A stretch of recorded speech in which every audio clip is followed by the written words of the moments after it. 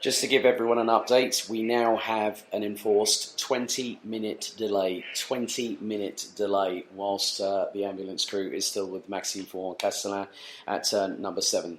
So attention paddock, we have a 20-minute delay. Thank you.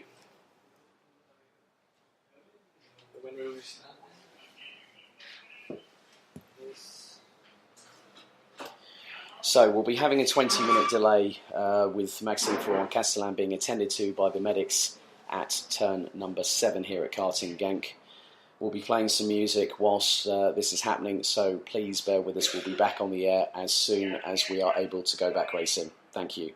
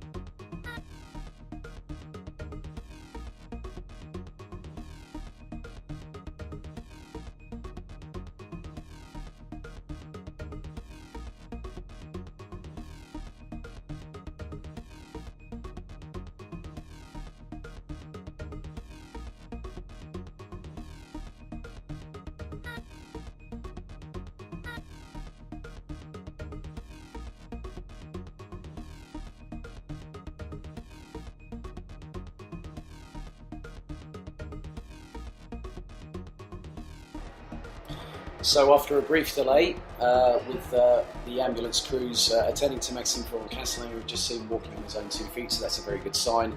We're now back to the racing action here at the second day of the first round of the BNL Karting Series for 2019. It's the final qualifying heats for Junior and Senior Junior Max Groups C and A. On the front row, it's Mike van Vugt and Danny van Dijk from the Netherlands, ahead of Jeff Michiels, Lucas Schoenmakers.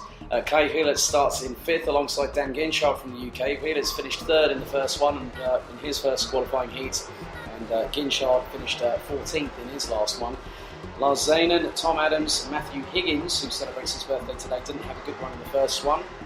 Hopefully from 9th he can have a better situation this time around, and we'll have Sven Rudenberg from the Netherlands alongside Dirk Jansen, Rasmus van der Wal, Gianni Andrissani, Callum Boysin, Rasmus Andersen, Christian de Klein, Maurice Schuring, Jaroslav Zimashka, Jano Zopfi, Sam Bergstein, Maurice Bechtel, Samuel Stendis, Artem Mikhailov, Dan Zopfi, Flint Schuring and Summer Webb complete the 26-strong grid. So the timer has been reset to 7 minutes plus 1 additional lap here at Karting Genk, the home of champions, with the barriers now rearranged for the racing action to continue here under the Sunday afternoon sunshine on Sunday, March 24th, 2019.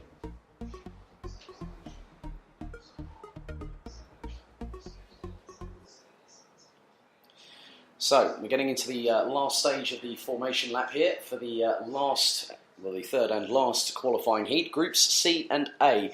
Top 10 on the grid is Van Vugt from Van Dijk on the front row, Michiels and Schoenmakers, row 4, Wielertz and Ginchard, row 3, Zanen and Adams, row 4, Higgins and Rudenberg, row 5. That's your top 10. 26 drivers over 13 rows, ready to get into battle over the next 8 minutes here at the 1,360 metre circuit, simply known as the home of champions, Karting Genk, with a great amount of alumni that have been in the higher echelons of motorsport.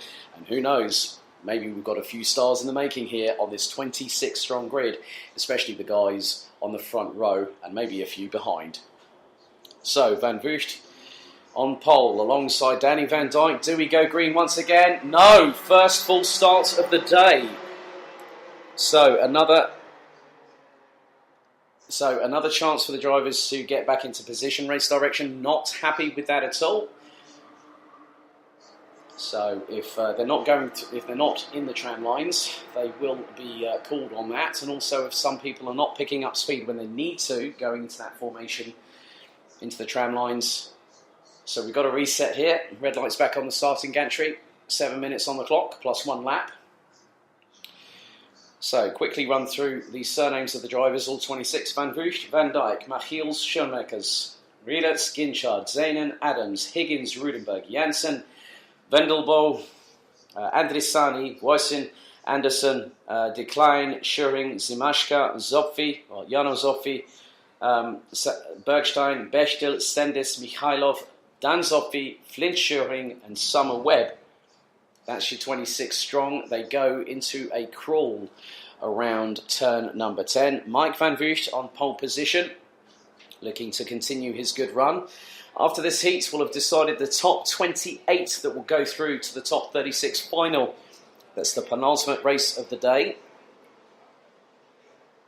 Some drivers just trying to do a little bit more weaving just to get a bit more heat into the Mojo tyres. As they now approach turn 12, will we get a clean start this time from all 26 competitors? They come round through the mid part of turn 12 before splitting into the tram lines. The Rotax engines roar into life on the 26 strong. Do we go green? Yes, we do. And someone's definitely not had any help at all in the form of that might be Gianni Andrissani that's been caught lagging or couldn't get up to... Oh, no, not happening. 4 spinning the other way round at turn 3, one of which I think might have been... Well, I couldn't really catch who that was. I mean, there was a GKS driver there, so that could have been maybe Lars Zanen that went sideways. One is caught and beached. Oh, and is in a bit of discomfort there. And that could be Rasmus Vendelbo, I think, who's clutching the left arm there, I believe. So Vendelbo out. And is in some discomfort as the racing continues.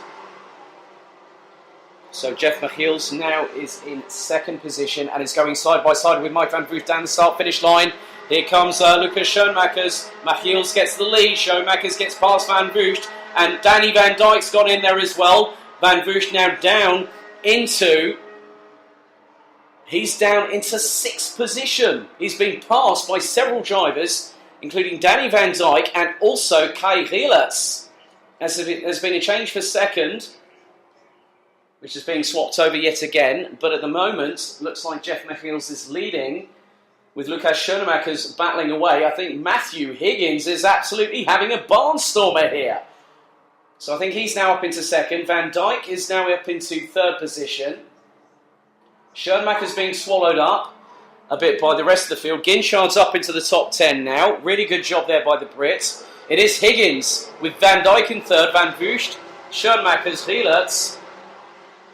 Drake Jansen now up there as well. As Schoenmakers pulls alongside Kai Gielerts. It's got to be very clean here going through into turn 2. Yellow flags are being waved. So no overtaking. So Schoenmakers will have to give that place back, as will any driver trying to overtake behind.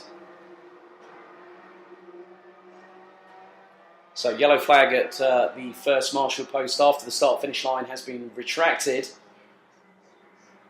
So Schoenmakers has now got past, I think, has he got past Kai Gielerts? But at the moment it's Jeff Michiels with Matthew Higgins, who's only, well, I know who his dad is, I'm not going to reveal that one, but he's definitely here in person. Matthew Higgins, who celebrates his birthday today as Ginchard, has got past, I think, is that Schoenmakers? Ginchard's up into, what is it now? Seventh position. That looks to be seventh position. So at the moment, it's Jeff Michiels ahead of Matthew Higgins, who is closing and closing fast. The gap now is nearly 3.5 tenths of a second. Van Dijk's third. Van Voost, Gielerts, Tom Adams, Dan Ginchard, Lucas Schoenmakers. That's Drake Jansen and Rasmus Andersen that completes the top 10. But Matthew Higgins is the driver on the move and is closing. That gap is going to be at least 3 kart lengths. Maybe not even that if he goes late into the braking zone, which he does. Michiels is going to have to watch the back bumper right now because they come through turn 8.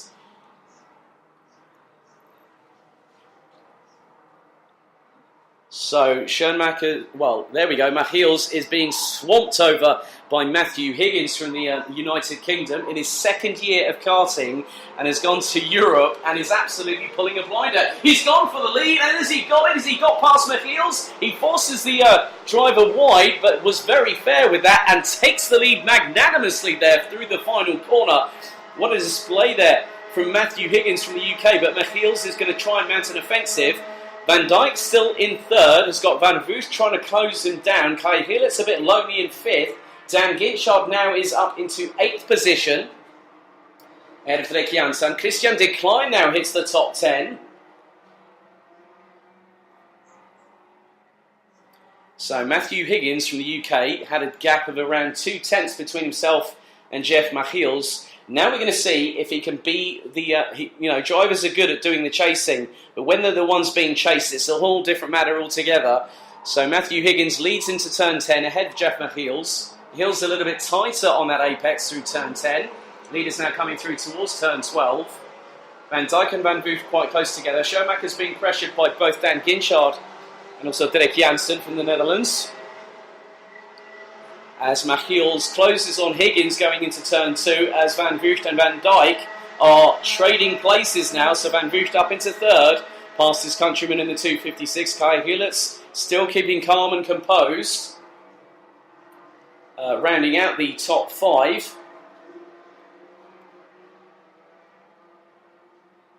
As we've had one's gone very, very wide indeed. So Gianni Andresani and Rasmus Vendelbo were the two involved in that first lap skirmish, and they've both retired, so 24 still circulating, whereas one has gone very, very wide, looked to be a CRG liveried kart. So the lead is still pretty much equidistant between both Matt Higgins and Jeff Michiels. So Higgins showing a good turn of pace. And Van Voost is the one that's flying at the minute. The Flying Dutchman has done the fastest lap of this race 56.795. He's pulling Danny Van Dyke along with him. And the gap between Jeff Machiels and Mike Van Vugt is now 0.991 of a second. So Lucas Schoenmaker's, Christian de Klein has dropped all the way down to 24th,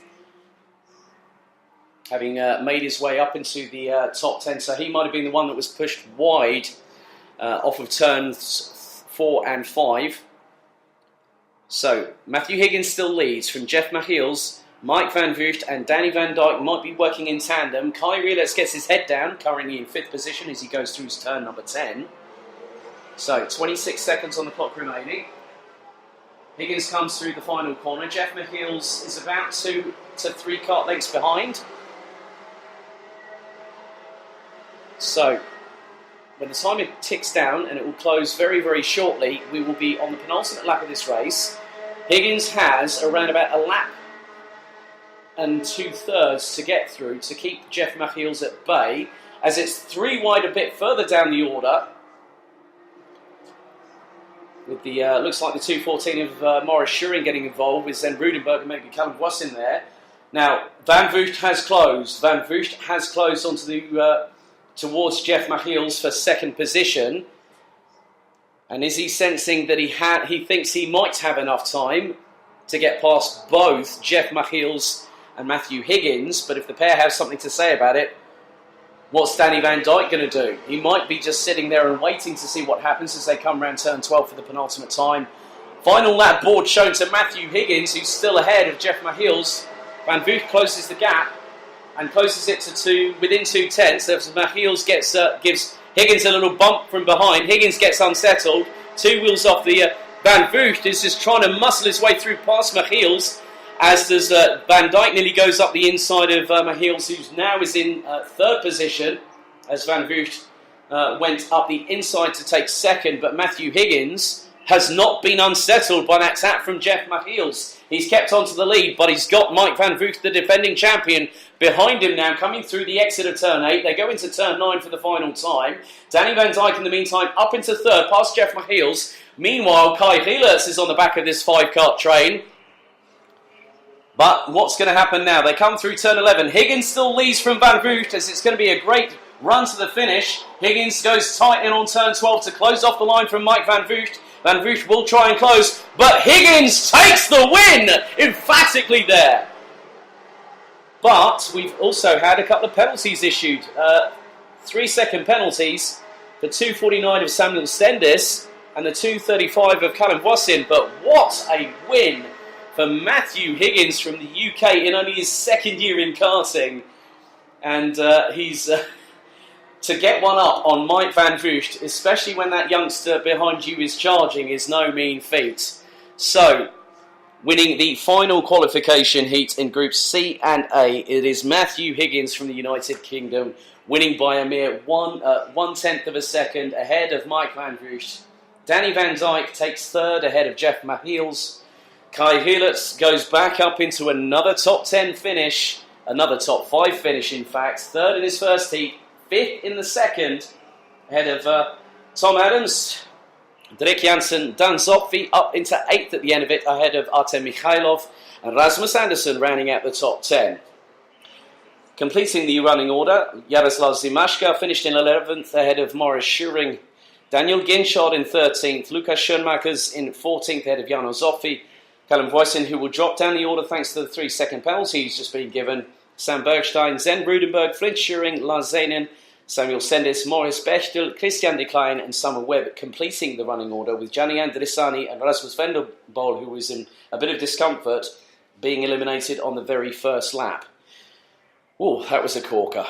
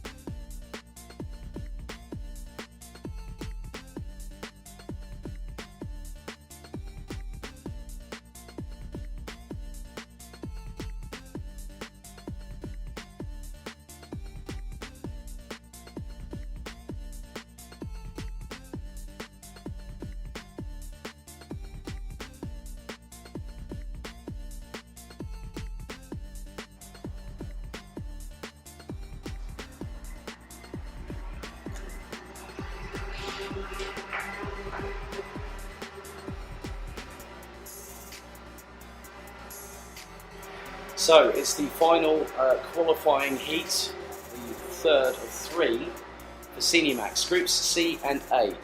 The grid is as follows. On the front row, on pole position, it's Iljan Brunsils with Patrick Rundqvist from Sweden alongside, followed by Mick Knowlton and Clayton Ravenscroft. Then it's two Brits on row 3 with Lewis Gilbert in the 329 and Alex Pendlebury in the 339 alongside each other. Felix Jansson and James Lauder make up row 4 ahead of Ben Donkin and Christian Kuya, who make up the top 10. Lorenzo Stock and Dylan LaHaye complete the top 12 ahead of the Netherlands' Leroy Jägersar, Jason Lockwood and Kai Hunter rounding out the top 15. Mads Lies starts from 16th ahead of Reese Hunter, with Felix Varget, who stormed through to 6th in his last qualifying heat, starting in 18th. Teddy Clinton and Danny Kroes complete the top 20 ahead of Victor Plato, Anthony Overbeek, Luca Den Hartog, Samuel Harrison, Storm Brewer, Pieter Jan Bollen, Ren Verheyen, Nick van der Mosselaar, Victor Paulsen, Kian Sang and Marcus Vadney rounding out the 31 strong on this particular grid. Timer has been reset to 7 minutes plus an additional lap. The red lights are ignited on the starting gantry. We will have the top 28 decided, I think, already for the Junior Max contingent. And after this, we'll have the top 28 decided for the Senior Max contingent. Which means that the remainder from 29th and below, based on the points accrued over the qualifying heats, will go into the second chance qualifiers a little bit later on, before we have the top 36 finals for both Junior and Senior Max to close out the action to conclude round 1 of the 2019 BNL Karting Series season. Don't forget, for more information, head to bnlkartingseries.com. You can follow us on Instagram at BMC_BNL.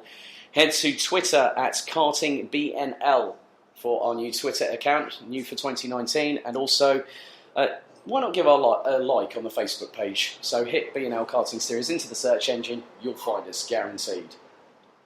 31 drivers set to get into battle. This is the last of the Senior Max qualifiers. So Group B have had their heats. Now it's time for Groups C and A to finish their qualifying campaigns. So they go into the tram line, 7 minutes on the clock. Lights out and off we go. And about 11 of them were straggling on the start, but we still got a clean one. So Iljan Brunsils leads, and Mick Knowlton's got past Clayton Ravenscroft for second position. It's two abreast several times from about 10th onwards. We've had one run wide at the back part of the field, off of turn 4.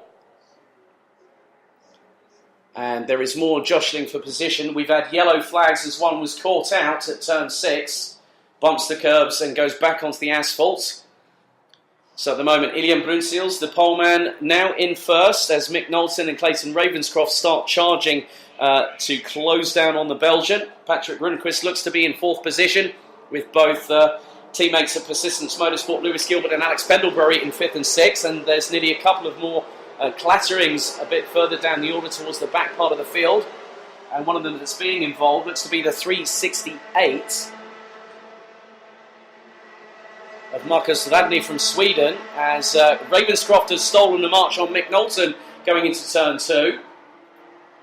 Rundqvist narrowly trying to fend off Gilbert and Pendlebury, and with them is coming along James Lauder and Christian Kuya from the Netherlands. So that's the completion of the top 8. As Knowlton gets back past Ravenscroft, who responds in kind through turn 7. Rundqvist trying to hold on to 4th, as he's now got 4 drivers behind. Gilbert, Pendlebury, Lauder and Kuya. Now they're being chased down by, just trying to keep an eye on this. So has Kai Hunter latched onto the back of this as well. He's getting closer. He's closing on Christian Kuya from the Netherlands, as Brunsils continues to lead. Ravenscroft and Knowlton ran out the top 3 ahead of Rundqvist. Gilbert, Pendlebury, Lauder, Kuya. You've also got Kai and Reese Hunter completing the top 10 ahead of Leroy Jägersar. Felix Varget up into 12th as the top 9. Did I just say that? Yeah, top 9 are trying to get one up on each other, as Ravenscroft has dropped back behind Mick Knowlton, a little bit more into the clutches of Patrick Rundqvist, who's being put under heavy salvo fire by Lewis Gilbert and Alex Pendlebury as they go through turn 8. Now into turn 9 come the leaders. all 9 of them, because here comes Kai Hunter, and he's going to try, and the move's happening. There we go. Gilbert got past Rundqvist. Pendlebury tried to go through, will now try and make an assault into turn 12, does so, and then Christian Kuya is trying to go up against the Swede, nearly side by side, but loses out. As Rundqvist gets back past Pendlebury, with Kuya right behind the Brit. Kai Hunter's got past James Lowther in the meantime, who's in the 374. I think Victor Plateau I've just seen coming through turn 4 there. Might have just made a move on Lorenzo Stolk. That will be for 19th position. As there's been a bit of a breakaway now, because the top 4 have started to scarper off into the distance, as Alex Pendlebury is fending off Patrick Rundqvist. He's got Kai Hunter right up his back bumper. And that was close indeed. Did Kai Hunter make the move on Alex Pendlebury? No, he's lost out to 2 drivers, and that's 320 of Christian Kuya and James Lowther in the process. So he tried going past Pendlebury and paid for it with 2 places, as Kuya loses out to James Lowther, I think, and Hunter's trying to get into the mix. It's all elbows out. Nearly three abreast going through turn 3. Kuya loses out. Well, Kuya gets past Lowther. Leroy Jägersar, in the meantime, has capitalised and has got past. Dylan LaHaye is also with them right now. Guys, it's not bumper cars. Please keep it clean as they go through turn 7. Jägersar ahead of the 374 of Lowther. Dylan LaHaye trying to get his elbows out on Lowther going through turn 8. Makes the move stick. Kuya loses out again. And you've also got Jason Lockwood's been fired up. Alex Pendlebury's trying to mount a comeback and is unsuccessful at the minute, I think. That was the 348 of Ben Donkin. My apologies there. Trying to keep up with these liveries and these drivers is a bit of a tall order, but you try and do your best. Meanwhile, at the top 4, Brunseals leads. Now it's Ravenscroft in 2nd. Gilbert gets past Knowlton for 3rd. And at the minute, Patrick Rundqvist, Alex Pendlebury complete the top 6. Kai Hunter still in 7th. Leroy Jägersar is about 9/10 of a second adrift off of the Brit, but is now in 7th position, 8th position. Dylan LaHaye and James Lowther round out the top 10. So whilst everyone else has been battling on behind him, it's been quite easy so far for Liam Brunseals. His gap last time was 4/10. It's going to look to have been extended. 0.5 on that last tour. Gilbert is quite close to the back bumper of Clayton Ravenscroft as they go through turns 3, 4. Now into the left-hander at 5. Dylan LaHaye, I think, has just got past Leroy Jägersar for position. Was kept ahead of him. So... LaHaye back up into 8th place now, ahead of Leroy Jägersar, who will start chasing him down. Meanwhile, the battle for 2nd is still heating up. Ravenscroft still in 2nd, ahead of the dual ride diamond, Lewis Gilbert. You've then got GKS's pride also being honoured through Mick Knowlton, who's up into 4th now. Dylan LaHaye up into 8th. We'll make that maybe 8th ahead of Leroy Jägersar. So, as...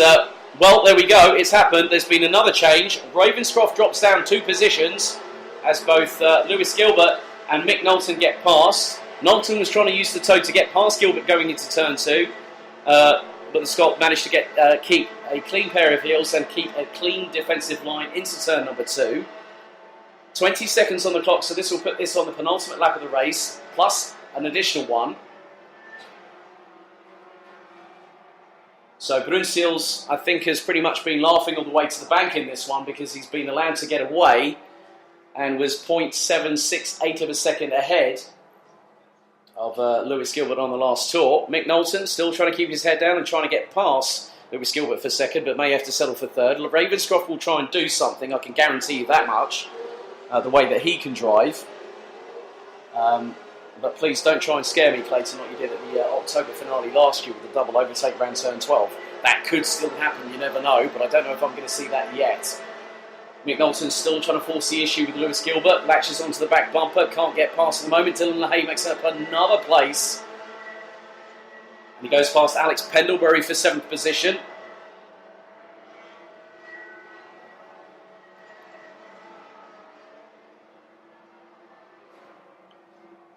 So, final lap it is. Ilian Brunsils comes through into turn 8 for the final time. Clayton Ravenscroft is trying all he can to get past Mick Knowlton for that coveted 3rd spot. But I think he's more than done enough to actually get himself into the top 28, as will Mick Knowlton have done. Clayton Ravenscroft, you do not try and go around the outside at turn 10, thank you very much. But he's going to close on Mick Knowlton going into turn 12, goes round to the outside, tries to sweep back in, get more momentum, get the toe. It's not going to happen though, because Ilian Brunsils wins ahead of Lewis Gilbert. Mick Knowlton takes 3rd position ahead of Clayton Ravenscroft by a fraction. Patrick Rundqvist makes it another KR Sport driver up into the top 5. Kai Hunter finished in 6th position ahead of Dylan LaHaye, who stormed his way up from the second third of this grid up into 7th at the end of it. Alex Pendlebury had to settle for 8th ahead of Leroy Jägersar from the Netherlands, with Belgium's Felix Varget finishing in rounding out the top 10. James Lowther and Jason Lockwood completed the top 12 ahead of Christian Cuya.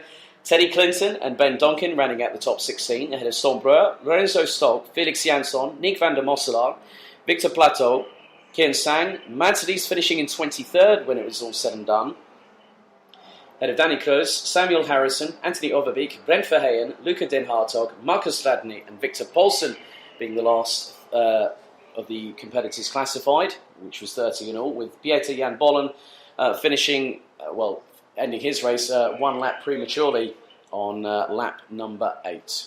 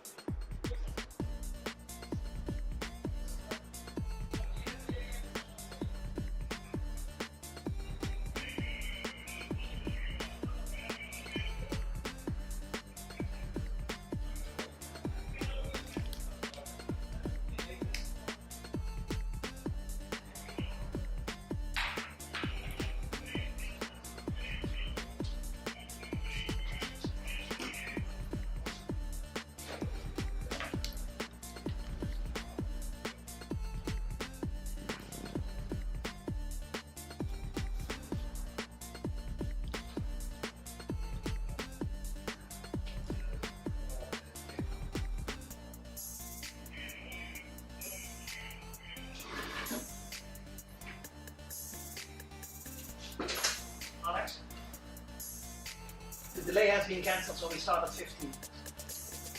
Okay for you? 14:50. Yes. Okay, just to give you all a bit of an update, the delay has been cancelled. Obviously, things moved on a little bit quicker than we anticipated. So, the next race will start at 2:15, so we're in around 7 minutes' time. I'll be back on the microphone very shortly. Thank you.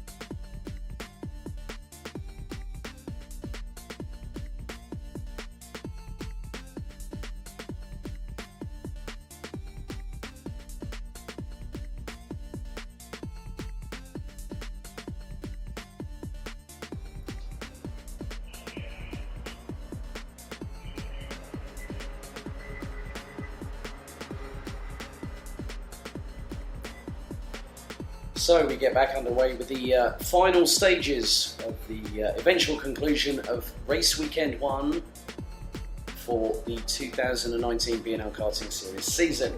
It's time for the final race for our Micromax category.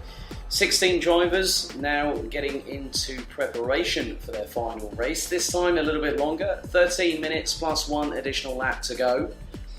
The red lights will be ignited on the starting gantry as the drivers make their way through. Grid is as follows. Tommy van der Stroy's Mr. Domination this weekend is on the front row. Alongside will be Thomas Strauven in the number 9. Max Sadursky in the number 19 will be alongside Dries van Langendonk in the number 15 on row number 2. Casper Schormans and Olivier Jonkers in 40 and 16 round out the third row ahead of the 46 of Aran Ferezano, number 99 of Mateo Radenkovic, and the number 3 of Karel Stout, number 22 of Henri Verroux, who completes the top 10.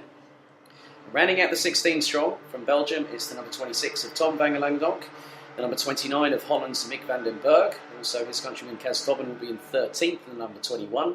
Orion van Wijs from Belgium in the number 2 will be 14th, ahead of Jake Menton in the 31, and Tom Pappenberg in the 48. That's your 16 strong, who are now on their formation lap, ahead of 13 minutes.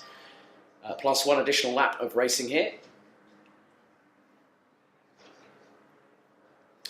The red lights are now on the starting gantry. We're ready to get the action underway for the final time for Micromax. It's been a pleasure seeing them compete once again. And hopefully we'll have a few of those competitors heading back here in around 3 weeks' time to the home of champions for the Euro Trophy Open, which starts on April 19th and concludes on April 21st back here at the home of champions. So Micro and Minimax will have 2 opportunities per category. So the winners and the runners-up of the race weekend at the end of the results will go to Le Mans in August, the Rotax Max Challenge International Trophy at the Circuit à la Poste. So they get into the final stage. The drivers now heading around the final corner here at this 1,300 metre circuit at Karting Genk. Always a great challenge for all the drivers, irrespective of age, category and chassis and engine power. As they go into the tram lines, do we go green? Yes, we do. Tommy van der Stroy gets the whole shot heading down into turn 1. Sadursky slots into second behind, and I think maybe one of the Van Langendonks is there as well. Jonker's trying to get a bit racy. Well, he's up into, I think, 4th position. So Dries van Langendonk, I think, could be in 4th. Maybe followed by Olivier Jonkers, who's just lost out, and that might be Casper Schormans going up the inside. And behind them is Aran Ferezano in the 46 as the drivers stream their way down to turn number 7 for the first time of asking. And Sadursky and Strauven, I think, are now bolting onto the back of Tommy van der Stroy, who now will have a lot of work to do.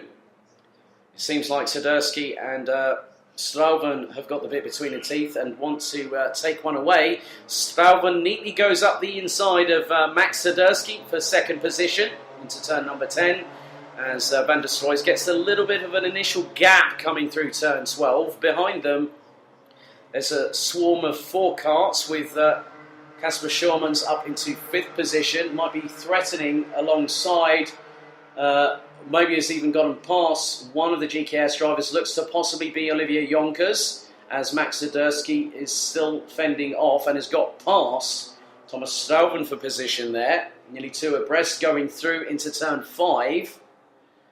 A change for 5th has now happened between the 2 GKS drivers. Henri Verroux up into 9th. Tom van Langendonk now completes the top 10 as Tommy van der Stroy continues to try and pull away in this early phase. 11 minutes and 20 on the clock, plus an additional lap to go in the last Micromax final of the weekend. So van der Stroy leads from Sadursky, Strauven in 3rd, Schormans in 4th. And behind them, it is the number 15 of Dries van Langendonk, who's got Olivier Jonkers behind, as Strauven's trying to close back up on the back of Max Sadursky. Aran Ferezano is behind Dries van Langendonk and Olivier Jonkers in terms of the positioning. So Ferezano is ahead of Mateo Radenkovic, who's currently in the 99 in 8th position at the minute. Sadursky being hustled now by Thomas Strauven as the pair go through into turn 5. Strauven can't quite make it happen going through turn 6 to facilitate an overtake, but is bump drafting on the back of Swiderski heading into turn 7, which is also another great prime overtaking opportunity here at Karting Genk. So running order at the moment with 10 minutes and 14 on the clock remaining plus an additional lap as Swiderski comes under fire yet again from Thomas Strauven for second. Van der Stroys, Swiderski, Strauven, Schurmans, Dries Van Langendonk, Jonkers, Ferrazano, Redenkovic, Velu, Stout, Tom Van Langendonk in 11th place ahead of Mick Vandenberg. Orion van Wijs up to 13th, Kaz Tobben up into 14th ahead of Tom Pappenberg, whilst Jake Minton languishes at the bottom of the field. Strauven still putting the feelers down on Swiderski as they go into turn 3. Swiderski cuts him off nice and cleanly there as Schurmans has got Olivier Jonkers for company for 4th. And they've dropped in the process Aaron Ferrazano, who now has Matej Radenkovic, Henri Velu and Karel Stout closing.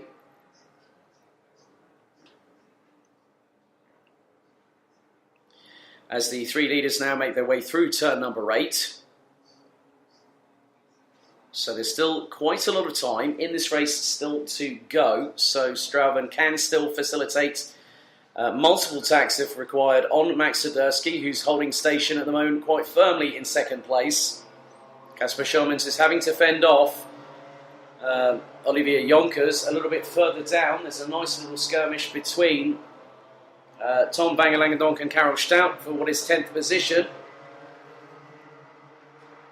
So Strauven still trying to force the issue with Swiderski.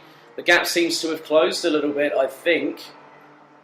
And would you believe it, Swiderski and Strauven set exactly the same lap time last time around. Strauven was trying to think of going up the inside of turn 4. Can't do that. Had to slot in behind at turn 5. They now go down turn 6 and down the back straight. And they have, 4th and 5th, which is Schurmans and Jonkers have gone past an SUV that's just been going across adjacent to the back straight just there. So if you had speed cameras, these youngsters would definitely be breaking the speed limits when they're hitting over 100 kph going down the back straight and along the start-finish line as well. Van der Stroys is still in prime position to keep this run going.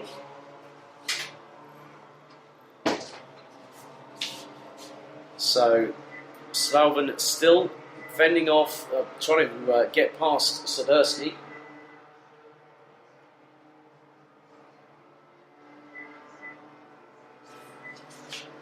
Could I have a paddock announcement? Paddock announcement 217. 217. OK, driver 217. Can you please report to the stewards immediately? That's driver number 217. OK category to the stewards immediately, please. Thank you. Meanwhile, we're fast approaching the half-time distance here in the Micro Max last final of the weekend. Max Swiderski has a little bit of clean air between himself and Thomas Strauven, who starts to claw back that gap going into turn 10. So the Belgian trying to make sure it's not a Dutch 1-2 in this last final of the day as they go through into the final corner, turn number 12. And then put the hammer down and turn it in nice and neatly and composed. As Jonkers still battling away with Schurmans for 4th place. Strauven not close enough to Swiderski, but nearly goes side by side towards the outside line of turn 3 as the pair close up on Tommy Van der Stroys. The gap now down to the leader between Swiderski and Van der Stroys, who continues his assertion on this race, is now down to just over 0.4 of a second. And now Strauven gets the head down. Swiderski has got him in his tow as they start making their way through turn 8. Tommy Van der Stroys is just keeping his eyes put forward. He's concentrating on his own race rather than trying to worry about the two behind him. Gets his head down, puts down the throttle, turns in nicely into turn number 10. Nearly a little bit of opposite lock there for Thomas Strauven going through turn 10, trying to get past as much as he dare on Max Swiderski. So as they come around the final corner, here we go. Strauven is going to go for the inside. Has to slot behind his Swiderski. Clearly has the legs. going into turn number 2. So Swiderski takes a little bit more of a defensive line through turn 2 into turn 3. This is very much respective of what's happening behind the pair in 4th and 5th, with Olivier Jonkers trying as he might to get past Kasper Schürmanns in the number 40. That's the battle for 4th position. 5 minutes and 15 on the clock remaining.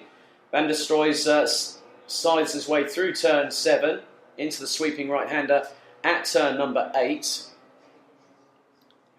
Still a lot of time. 5 minutes to go, plus 1 additional lap. As Strauven nearly goes side by side towards the outside line going into turn 10. A little bit of, looks like there was a little bit of oversteer from the back end of Kasper Schürmanns' kart. As Swiderski fending off, or trying to fend off. No, Thomas Strauven has made the run on him. Could I ask that number 136, OK Junior, report to the stewards immediately, please. That's number 136, OK Junior, to the stewards, please. Thank you. And Swiderski, as I say that, has just gone back past Thomas Strauven. So Strauven had the legs on him coming out of the final corner, retook 2nd place, and Swiderski retaliated with a counter of his own going through turn number 2. Meanwhile, the gap between the two squabbling over 2nd. Tommy van der Stroys has now a concisive 1 second gap between himself and Max Swiderski. No real possible changes, as Strauven might have the inside run going into turn 10 on Swiderski, and he takes it cleanly and convincingly there, does the number 9 from Belgium. As Jonkers is on the back bumper of Schürmanns coming through the final corner.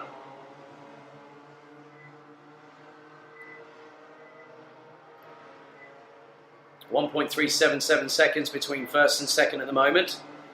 So the funny thing is that whilst Strauven and Swiderski battling tooth and nail for 2nd, they are letting Kasper Schürmanns and Olivier Jonkers close up on them, because the two behind have closed up by the tune of about 4/10 on that last lap around. So it's fast going to become not just a 2-way fight for 2nd position, it could be a 4-way scrap as we go into the last 3 minutes of this race, plus 1 additional lap here at Karting Genk. Van der Stroys on course for a clean sweep. Strauven still trying to muscle his way past Swiderski. Schürmanns on the last tour was about 8/10 behind Thomas Strauven. That gap has been decimated on that time around. He's pulled away from Olivier Jonkers. The gap now between 3rd and 4th is 0.4. That's been halved on 1 lap alone. And the fastest lap has gone to Kasper Schürmanns, a 1 minute 2.208. Olivier Jonkers did a 1 minute 2.35, whereas Strauven and Swiderski did a 1 minute 2.566. And as I say that, Thomas Strauven gets back past Swiderski. Schürmanns clearly in the mix. Swiderski responds past Strauven through turn 7. Schürmanns now finding some sort of momentum here and goes cleanly past. Is he going to do 2 in 1? No, it didn't work. It didn't work at all. He had the run on Strauven going through turn 8. And was hung out to dry, trying to go back, also go past Max Swiderski in the process. Had to bail out past Swiderski, and that put him back behind them. And there we go. Strauven's losing out 2 places now. He's dropped from 3rd to 5th as both Kasper Schürmanns and Olivier Jonkers get past. And Schürmanns going for 2nd. Has he got it? Yes, he has. As a little bit of frustration there. Oh my goodness! Talk about splitting the pack. Max Swiderski was very lucky there because Strauven went up the inside. Jonkers went round the outside going into turn 4. Swiderski held on for 4th place, but could he not do so now because we go into the last 60 seconds plus an additional lap? Because now he's got to fend off Olivier Jonkers. He's now got the choice of whether he has to attack or defend. Schürmanns in the meantime is getting away from those 3 behind him. He's put in the fastest lap of anybody this race, a 1 minute 2.208. Tommy van der Stroys hasn't had the need to do that. in any way as he comes around the final corner with about 35 seconds on the clock remaining. So, Van der Stroy's gap to Casper Shermans, who's now in second position, is 3 seconds. That squabbling has allowed the number 54 in the Paralin chassis from the Netherlands to clearly get away. This is going to be easy pickings from Van der Stroy's. Shermans has made more than just a meal of it. I think he's had a whole banquet in this finale because he's up into second now. Thomas Strauven in third, Max Swiderski in fourth. Olivier Jonkers has got Aaron Ferrazzano for company now in the battle for fifth, but this is the penultimate lap of this race.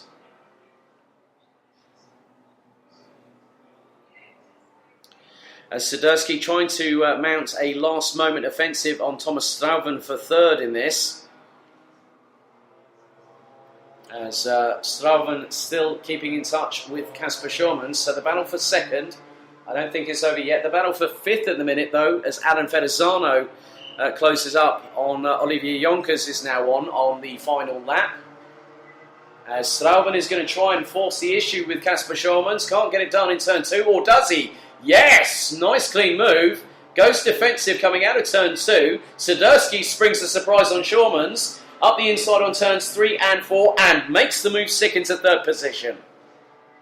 Shermans, however, back on the offensive, retakes third place back from Max Swiderski through turn 6 as Aaron Ferrazzano and Olivier Jonkers are side by side pretty much heading into turn 7 with Ferrazzano now getting the advantage and taking fifth. Van der Stroy's in the meantime coming through turn 9, the exit of it, heading down the straight towards turn 10 for the final time, so he's got 2 corners to go. Meanwhile, it's a scramble to the finish between second, third, fourth, fifth and sixth. As Jonkers is trying to force the issue with Ferrazzano, this is going to be interesting to watch as the checkered flag will be prepared and it will wave for Mr. Domination, Tommy van der Stroy, who punches the air emphatically. Max Swiderski could get third on the line ahead of Casper Shermans, and he does. And Thomas Strauven also punches the air. So what a weekend for Holland's number 54, Tommy van der Stroy's, delighted with a clean sweep of the house. If you were playing any sort of card game like blackjack, if he's done it, he's cleared the house very well and truly. Thomas Strauven finished in second position, 4.667 seconds behind Max Swiderski. Casper Shermans was up into second, but it was not enough. He ended up fourth in the end, ahead of Aaron Ferrazzano, who completed the top 5. The rest of the field is as follows. Olivier Jonkers did his very best to try and stay in either 4th, 5th, but he ended up with 6th at the end of it all. Dries van Langendonk and Matej Radenkovic ran out the top 8. Karel Stout and Tom van Langendonk complete the top 10, ahead of Henri Verlou, Mick van den Berg, Kaz Toven, Orion van Wijs, and Tom Pappenberg and Jake Menton. So that concludes the action for the Micromax category here at the first round of the 2019 BNL Karting Series season.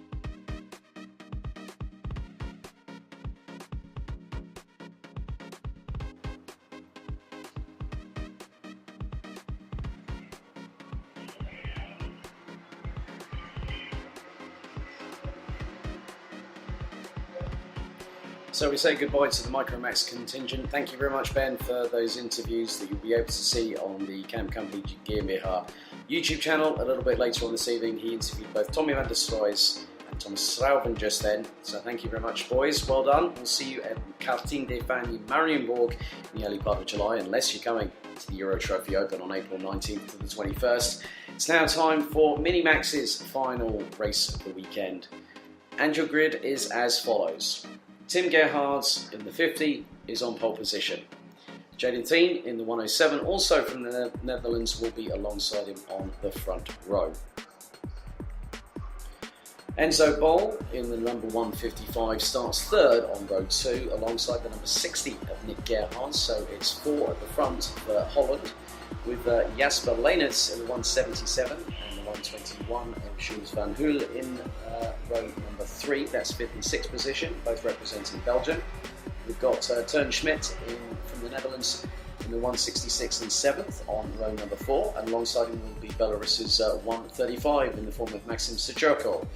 Matthias van Goetham in the 145, and Max Knappen, who unfortunately didn't make it to the end of the first final this very race day, is in 10th and in last position in the number 148, also representing the Netherlands. So the timer has been reset to 13 minutes plus 1 additional lap for our 10 competitors set to get into battle for the final time this weekend. And if any of these drivers who haven't got a ticket to the Rotax Max International Trophy at Le Mans, maybe you want to join us at the forthcoming Rotax Max Euro Trophy Open being held here at Karting Genk, the home of champions, on the 19th to the 21st of April. The winner and the runner-up in both Micro and Minimax will get those entry tickets, but unfortunately, unlike the grand finals, you have to use your own machinery when you head to Le Mans in late August. So the drivers now are in 2x2 rolling start formation. The red lights are on the starting gantry. 13 minutes plus 1 additional lap of Minimax action to conclude their campaign for the first of 3 race weekends before we say goodbye to them, before we go back to Karting des Fans for the first time, and I think in BNL Karting Series history, to Marienburg, 6th and 7th of July, and that will be live streamed both audio and visual. So that's going to be an exciting event, a new prospect as the drivers go into the tram lines. Do we get a green light? Yes, and we go off and away, heading down into turn 1 for the very first time. And it is 2, maybe nearly 3 wide going through as a couple of drivers using the runoff area there, which they're allowed to do on the very first lap. However, looks like Tim Gerhards has also made sure that he's at the front of the field, but Enzo Bol in the meantime has got past Jaden Thien for second position, who's scrabbling to try and get back past, squirms under the brakes a little bit there heading into turn 7, but cleanly makes the move past the 155. And so Tim Gerhard's starting to break away. Enzo Bol is getting a little bit concertinaed as the 166 of Teun Schmidt has come flying out of nowhere, has the young Dutch driver, and has got past Nick Gerhards in the number 60. So Teun Schmidt now up into 4th position as it stands. But Nick Gerhards pulls alongside. Will he power past heading into turn 2? And he gets an assist from behind. That is brilliant. He pulls alongside Teun Schmidt and gets a bump from the rear and gets pushed forward. Now, if that's not called claiming a distinct advantage, I don't know what that is. But that's just comedy timing to perfection, even though it was inexplicable, so to speak. So, at the meantime, this is allowing Tim Gerhards to get away from it all, and he's going to start putting some good lap times in. At the moment, the best lap of the race so far is by Tim Gerhards, 1 minute 1.118. As Nick Gerhards again. Oh no, that was not good at all. Max Knappen had come through the field and was the one that assisted and nearly clambered over the right front corner of the driver that he did assist, which was Nick Gerhards. So Max Knappen, again nearly for the second time today, could have come a cropper. Good scrap at the back there with Matthias van Goetham battling with Jules van Hoel and also Maxim Sucherko.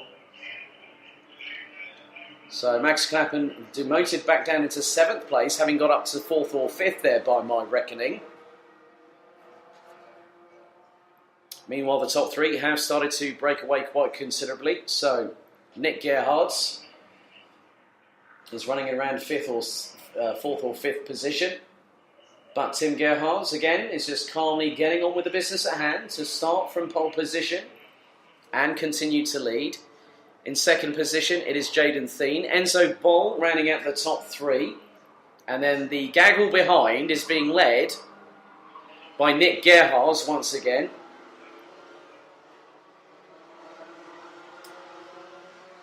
And he is being followed by the 166, it looks like, of Teun Schmidt from the Netherlands,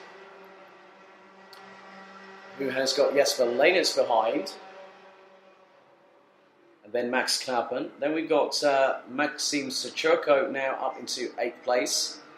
Jules Van Hoel has now dropped down into 9th position ahead of Matthias van Goethem. So there's a scrap for effectively what is 8th position. And then you've also got the battle for 4th, 5th, 6th and 7th. Last time around, the gap between Tim Gerhards and Jaden Thien was 1.5 seconds.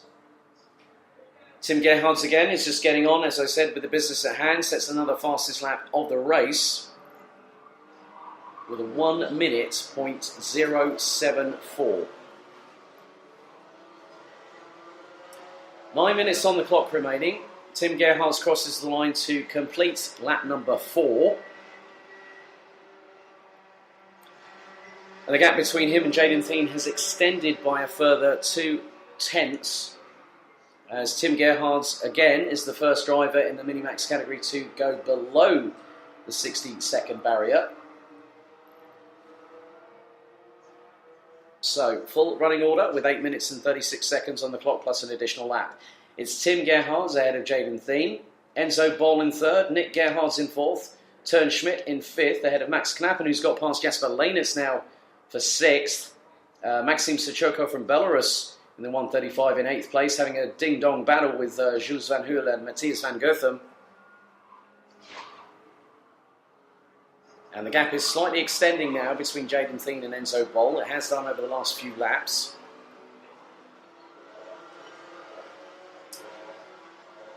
Nick Gerhards, in the meantime, has now got Max Knappen closing him down, as Knappen has just got past Teun Schmidt from the Netherlands.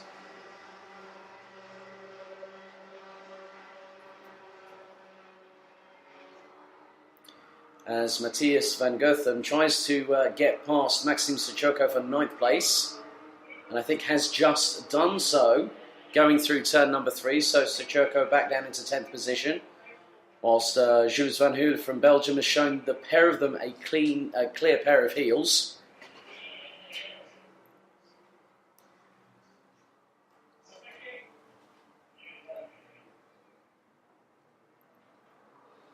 And there's our leader coming into shot, Tim Gerhards in the number 50, going through turn 10.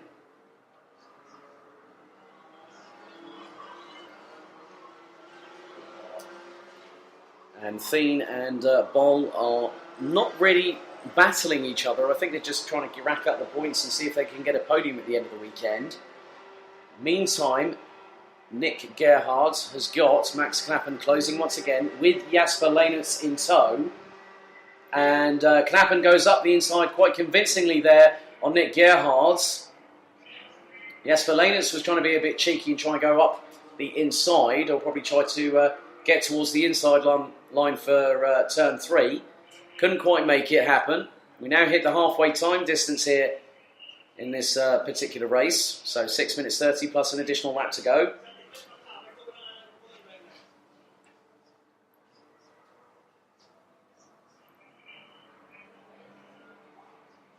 And it just seems to be, as with Tommy van der Stroys in Micromax, Nick Gerhards has done exactly the same thing in Minimax 2. As some nice battling changes for position. So Jules Van Hoel, I think, has probably got past Teun Schmidt, which he has. So that's a change for 7th on the road.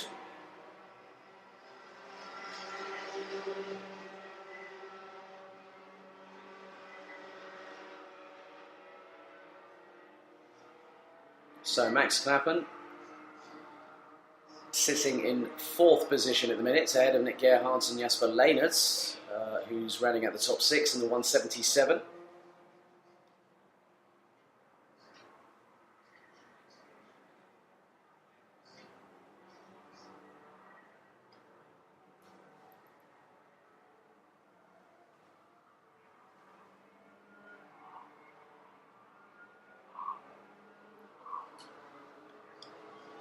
And now Max Knappen is getting away from Nick Gerhards in 4th position.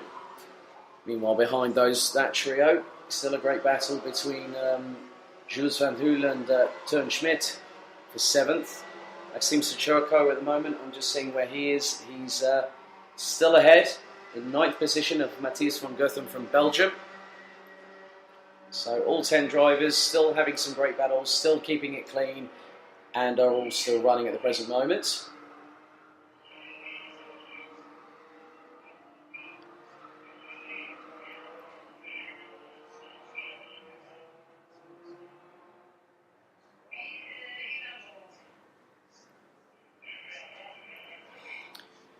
So we now go into the last 4.5 minutes plus an additional lap of this particular mini max race. It's the last of their 4 races this weekend before they head on off back to school and have to put away the other job, so to speak, as a racing driver.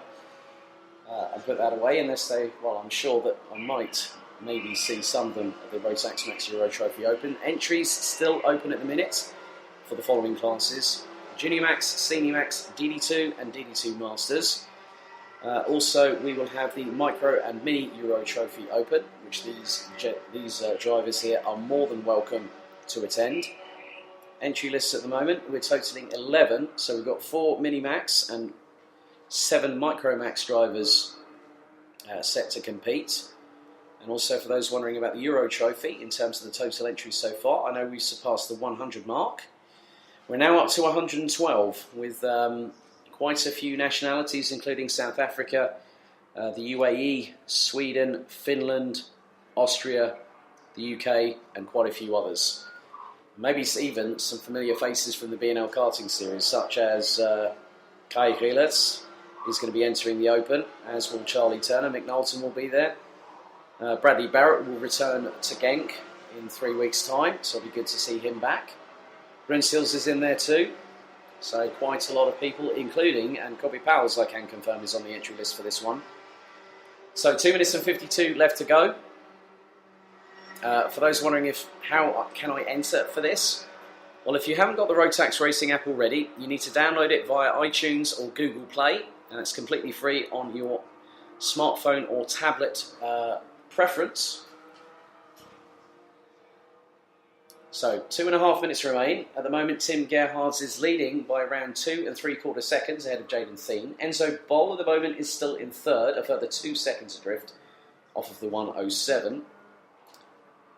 Max Knappen is nearly, 3.5 seconds adrift from that. Nick Gerhards and Jasper Leynertz still battling over what is effectively the top 5. Could this be the difference between Gerhards and Leynertz getting onto the top 5 podium at the end of the day? The podium celebrations for those in the paddock will be held promptly, and by that I mean you have to be on time. So if your name is called, if you're in the top 5 of Mini and Micro Max, you'll be requested to attend with drivers in their race suits with their race helmets. And also the same will be said for the remaining categories. But the top 3, all drivers will need to be present in their race suits and race helmets for the official presentation, starting at the podium at the bottom of the restaurant terrace at 5:15 this afternoon. We're into the last 90 seconds, plus 1 additional lap of the Minimax action here this weekend at the first round of the 2019 BNL Karting Series season. And Tim Gerhards is coming around towards turn 12. So we'll be on lap number 13 very shortly as he crosses the timing beam now with exactly 1 minute and 1 second to go. And he's been running in the 59.5, so I think he might be able to squeeze another 2 laps out of this one. And his gap now between him and Jaden Thien is 3.64 seconds. Enzo Ball now a further 2.3 adrift. Max Knappen's just set his best lap of the race, a 59.818, as Tim Gerhardt goes through turn 8. Maxim Sochurko, who's now lost out to Matthias van Goetham, has just set his fastest lap of the race, a 1 minute, 0.935. So nice to see that from the Belarusian. Getting some good experience around here at Karting Genk. So 8 seconds on the clock to go. Will he cross the line before the last lap board goes out? Barely. That's like, well, it has gone on to the penultimate lap though. Excuse me, as we've gone to time now being expired here at the Minimax finale. Gap now between Tim Gerhardt and Jaden Thien extends to 4 seconds.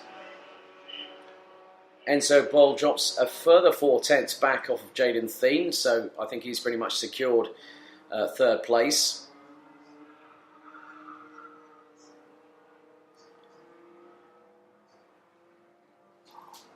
As we have actually had... Oh, no, I didn't see that one coming. We've got one car vacated, so to speak, around turn 9. And it looks like Turnschmidt and Jules Van Hool might have come together battling over positions, and that's promoted Matthias van Goetham and Maxim Sochurko to rounding out the top 8 there.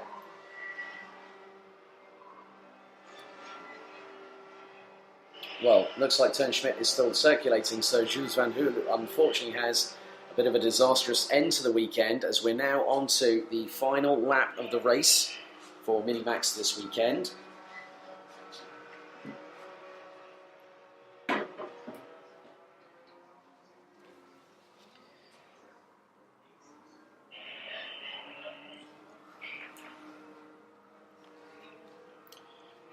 So, just keeping my eyes out presently for our race leader, who should be coming through momentarily.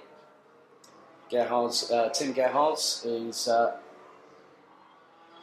could possibly lap Turnschmidt, but that's not going to happen because the checkered flag is being prepared for the Netherlands' very own Tim Gerhardt, who is already celebrating, and he knows what he's done. He's had a clean sweep this weekend here at the Home of Champions. What a drive all weekend long. He's more than made amends for what happened at the kickoff when he got caught unawares and clattered into at the kickoff, which meant that he ended up on the podium but not on the top step. So, when it was all said and done, Tim Gerhardt wins effectively. I think he's streaked away in the points hauling for round 1 by 4.655 seconds ahead of Jaden Thien, with Enzo Bol in the 155 rounding out the top 3. Max Knappen surges his way back to 4th place, making it a clean sweep for Holland in the top 4. Jasper Leenitz makes it 1 Belgian in the top 5 in the 177, ahead of Nick Gerhardt, with Matthias van Goetham rounding out the top 7. Maxim Sochurko from Belarus in the 135 completes the top 8, with Turnschmidt being the last of the classified finishers and will be circulating as we speak, or might be just asked to pull into the pits, as he was nearly a lap down on Tim Gerhardt, with Jules Van Hool rounding out the 10 strong, but unfortunately did not finish the race.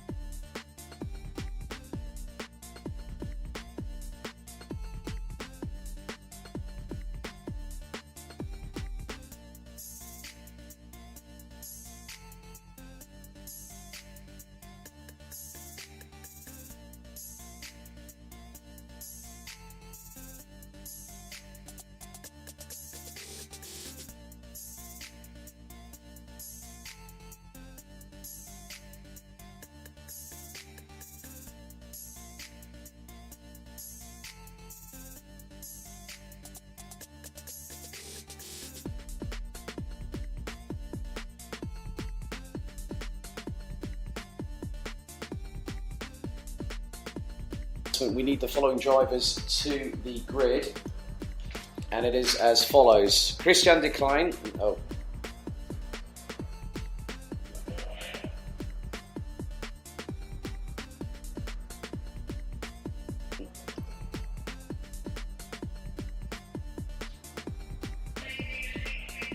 Paddock announcement, need the following drivers to the grid.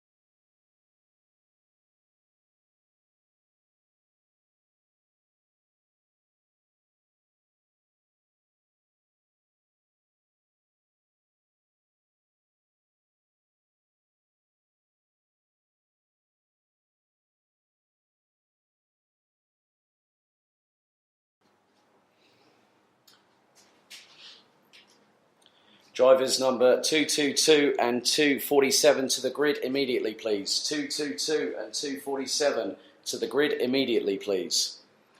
Well, thank you very much to our good friend down in the pit lane, Ben van der Stuggen. You will be able to catch every single interview in the national language that they do speak, whether it be English, French or Netherlands, on the Camp Company GmbH YouTube channel. They will be uploaded this very evening.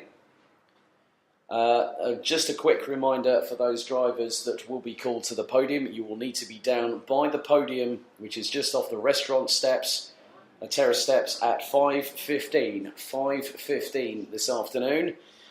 We are having an official presentation, and we need you all in your race suits and with your race helmets. And that's at 5:15 this afternoon. Please do not be late for that.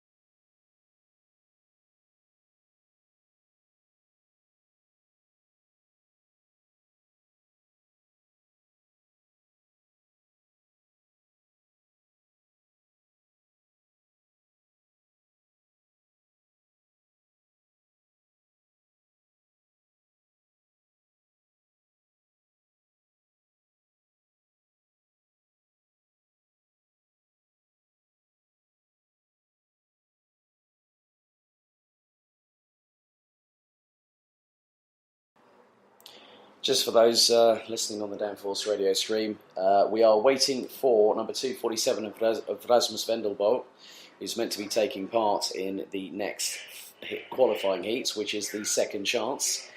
If he's not going to be there, he will be omitted from this competition in terms of the chance to compete in it.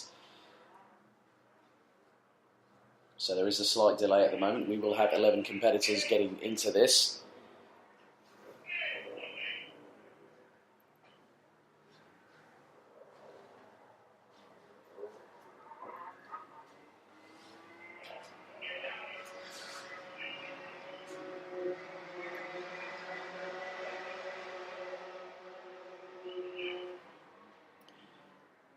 So, ladies and gentlemen, it's time to get our first of two second chance qualifying heats underway here under the Sunday afternoon sunshine at Karting Genk. And we have got one kart trying to move away off the line, so to speak. That's Zen Rudenberg in the treble 2.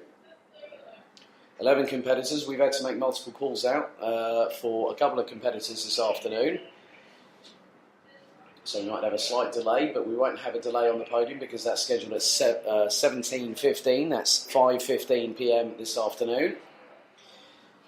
So, with regards to the second chance heat, the drivers, the top 8 on merit will go through. They are as follows. Christian de Klein will be on pole position, ahead of Zen Rudenberg. Alexander Abskava will be on row 3 alongside Bruno Mulders from the Netherlands. Rasmus Vendelbo, I'm waiting to see if he does emerge. If not, he will not take any participation in this. Daniel Sarankov, Samuel Stendis, Gianni Andrisani, Daniel Hunt, Summer Webb and Flint Schuring will compete in this heat. So the top 8 will get a chance to go into the top 36 finale, which is the penultimate race of the weekend and also of round 1 of the championship.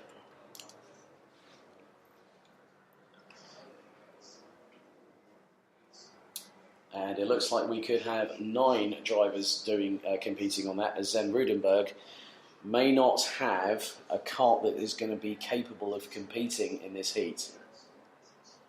And yep, the frustration's quite clear. He has just pulled it into the pits. Not happy at all. So we go down to 9 competitors. So before we've even started this, one driver has not arrived and one driver has had a technical drama that has forced him to not participate in this. So 9 drivers set to get into action. De Klein, Rudenberg are on the front row. Abskava, Mulders, Sarankov, Stendis, Andrisani, Hunt, Webb and Schuring, with Rudenberg not taking part in this. So 9 drivers, 6 minutes are on the clock. The timer is ready to start ticking down. The red lights are on the starting gantry.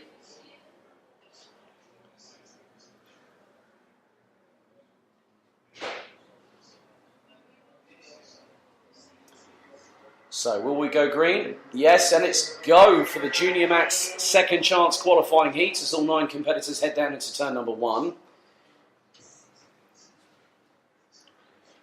So De Klein is leading. I think Bruno Mulders made his way up into second position. So that's nice work from the 207 if he has done that.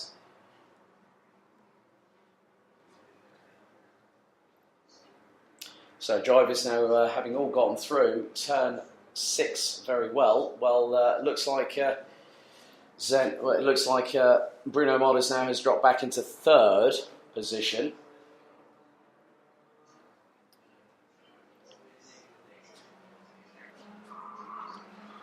And I think Gianni Andrisani, who's running with RS Competition, has jumped up into second place now, which he has. He's a very talented young German. He was running the Euro Trophy last year. I've seen him on the entry list for this season as well, so good to have him here at Karting Genk. This is going to be perfect practice for him for 3 weeks' time. As Andrisani and Mulders are trading places, Mulders loses out to Andrisani going into turn number 2.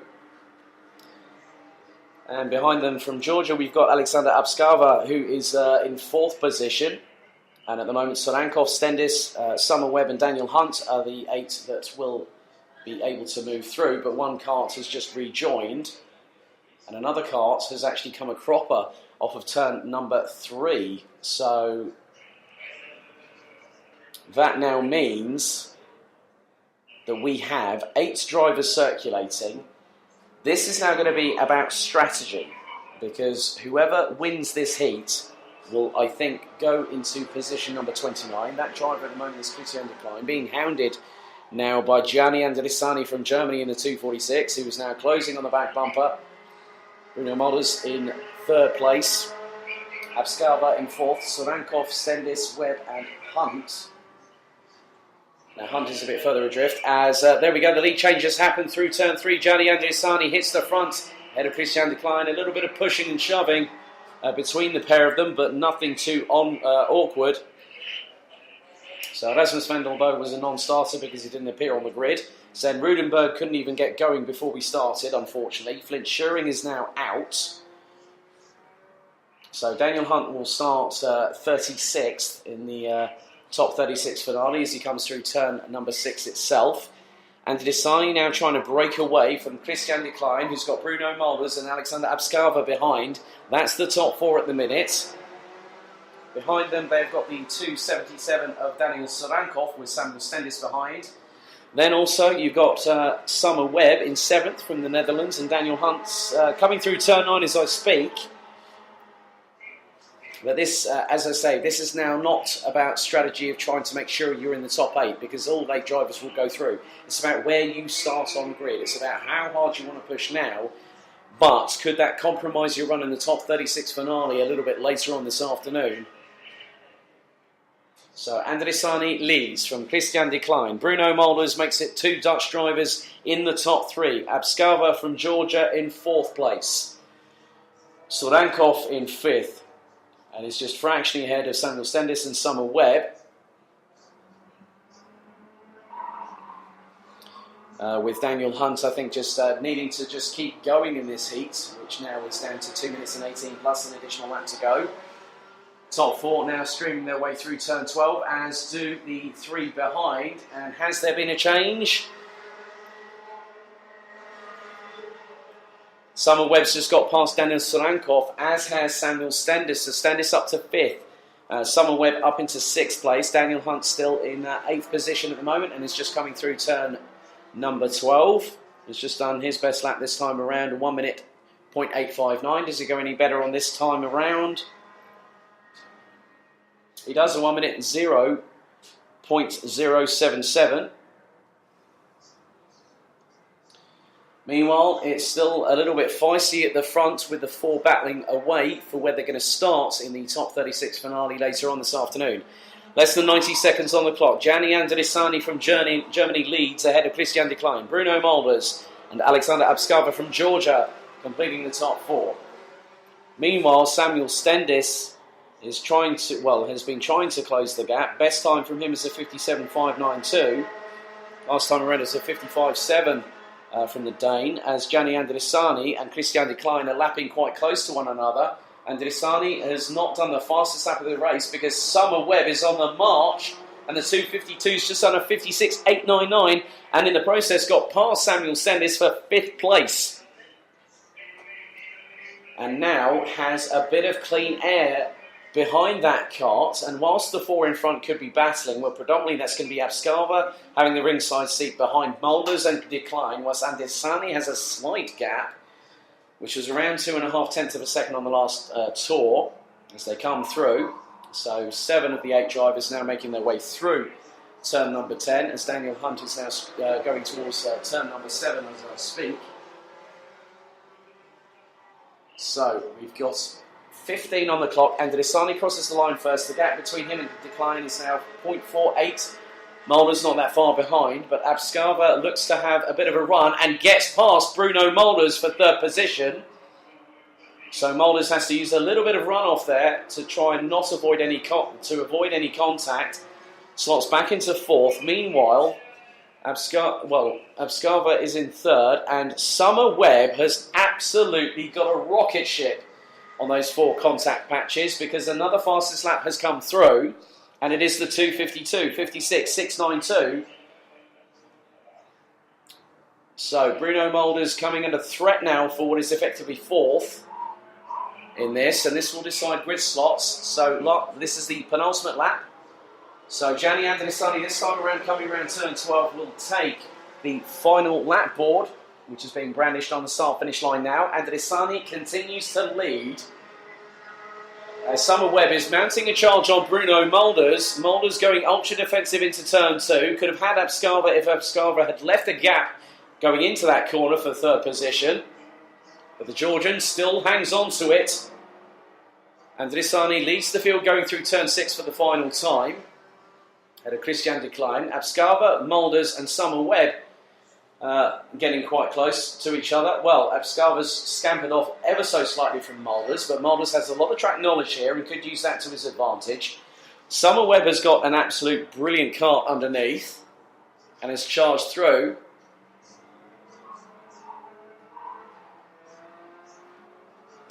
So we come to the conclusion of the second chance heat qualifier here, and the checkered flag will wave for the first qualifier, and that will be Germany's Gianni Andrisani on the 246 ahead of Christian Decline. Alexander Abscava takes third ahead of Bruno Mulders. Summer Webb rockets up to fifth with an absolutely storming drive, and on the last lap of the race, lap number 7, does a 56.658. That's pure race pace, that is. That's going to be quite impressive. So, after Summer Webb, it's Samuel Stendis who also qualifies ahead of Daniel Solankov, with Daniel Hunt now crossing the finish line to become the 8th runner that completes this race as classified finishers. Unfortunately, with Flint Schuring ending up going out on lap number 2, with Zen Rudenberg not even starting the race, and Rasmus Vendelbo a no-show here. The Junior Max second chance heat qualifier for the top 36 finale a little bit later on.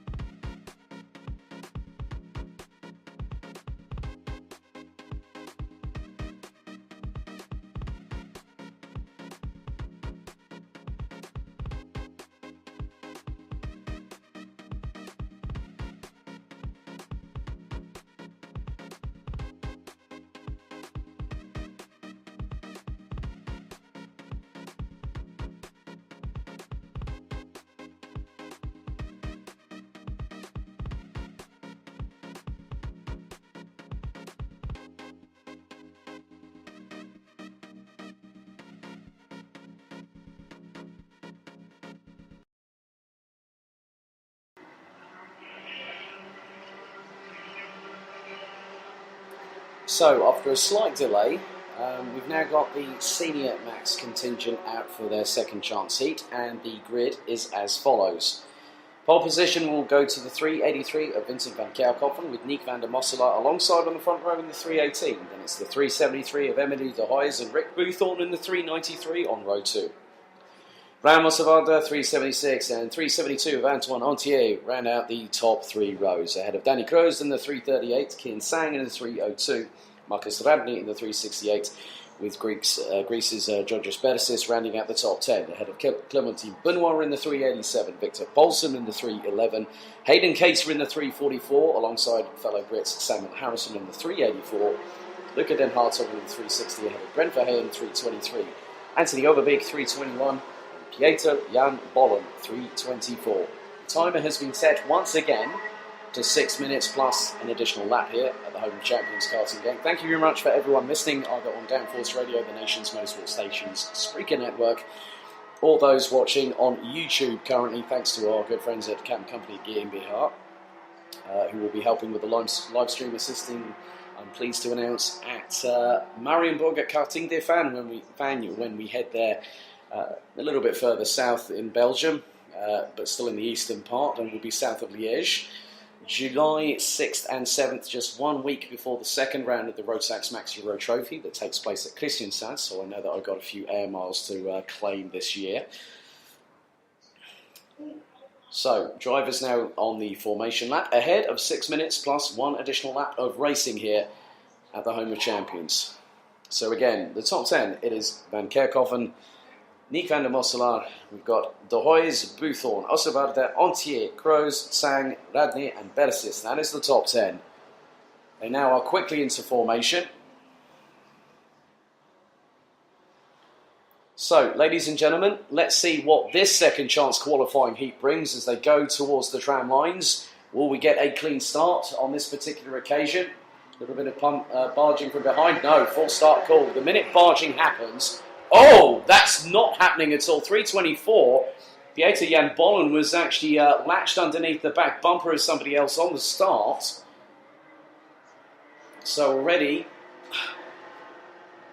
that's going to now have a full restart. So another formation lap underway.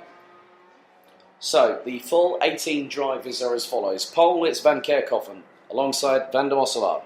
De Hoijs and Boothorn, row 2. Ossewaarde, Antier on row 3. Kroes and Sang, row 4. Radney and Bersis, row 5. Benoit and Paulsen, row 6. Cater and Harrison, row 7. Hartog and Verheyen, row 8. And row 9, it's Overbeek and Bollen. So we now try, so that is the second full start of the day.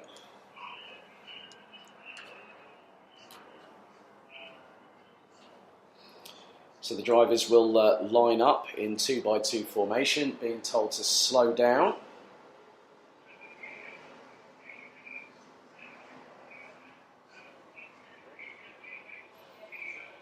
Right, take 2.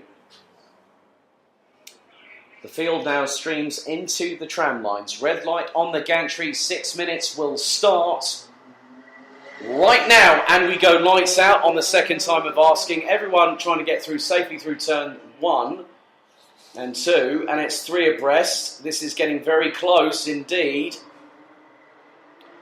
Top 8 will qualify for the top 36 finale, and that will be the last race of the day. So at the moment, we'll just see how things progress over the next 5 minutes or so. Around about 5.5 minutes plus an additional lap.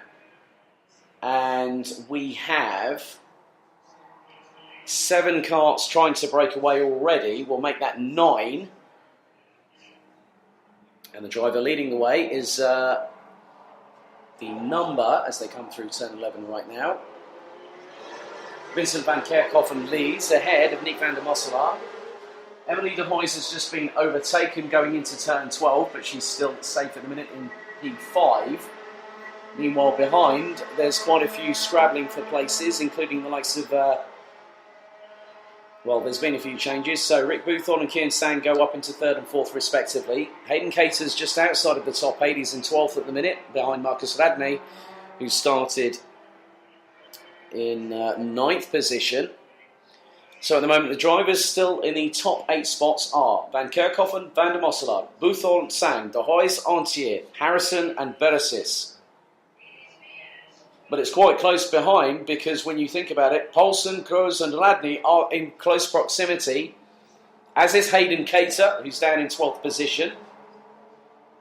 So the scrabble is going to start now, and 3:11, Victor Poulsen has tried to go up the inside of Georgios Beresis. And has the move happened? I think maybe not. I'm not too sure. Let's just see how the order relates as Hayden Cater bumps over the curbs and someone's furiously jumping up and down in the seat, whether they've lost a bit of power. Hayden Cater goes up the inside of someone else who's been forced wide, gets bumped to the right-hand side going into turn 3.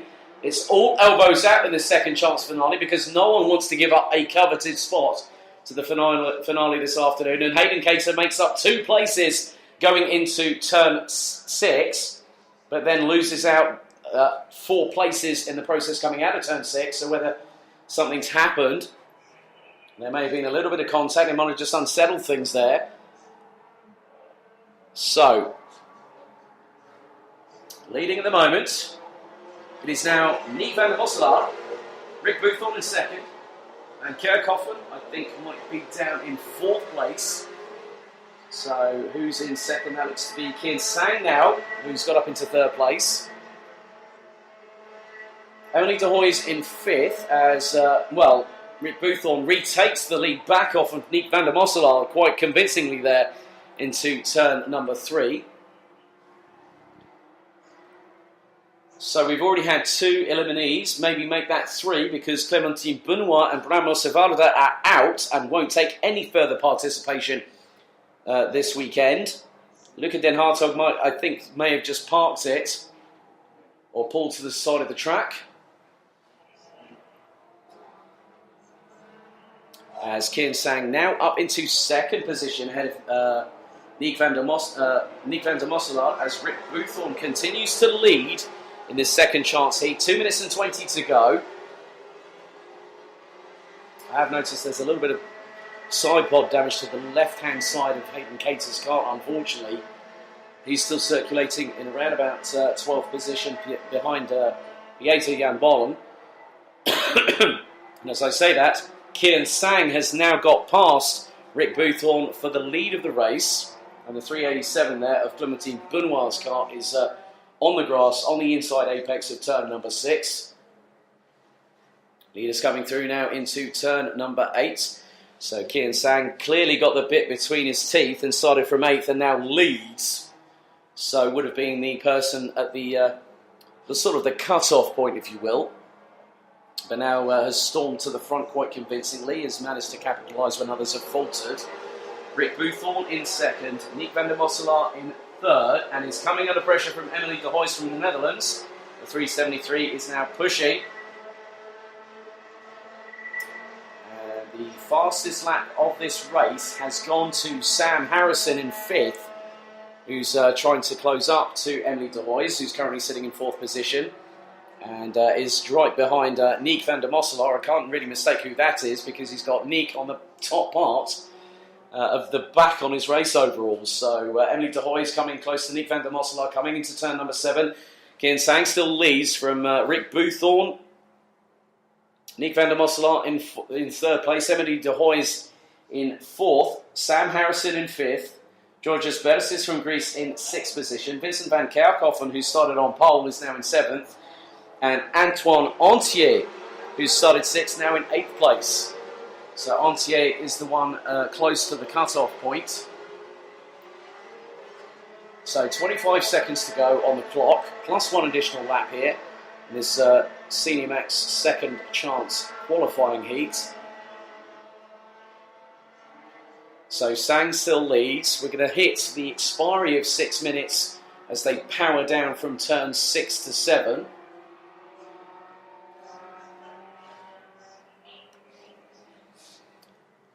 So this is the penultimate lap. Time has now expired. So Kian Sang from the UK continues to lead ahead of the trio of Dutch drivers behind. which is Rick Boothorn, Nick van der Mosselaar and Emily de Hoys. Sam Harrison in 5th makes it 2 Brits in the top 5. Georgios Bersis, the sole representative in Senior Max for Greece, is in 6th place, with Vincent van Kerkhoven and Antoine Antier rounding out the top 8. No, Antier has lost out to Victor Paulsen as I say that.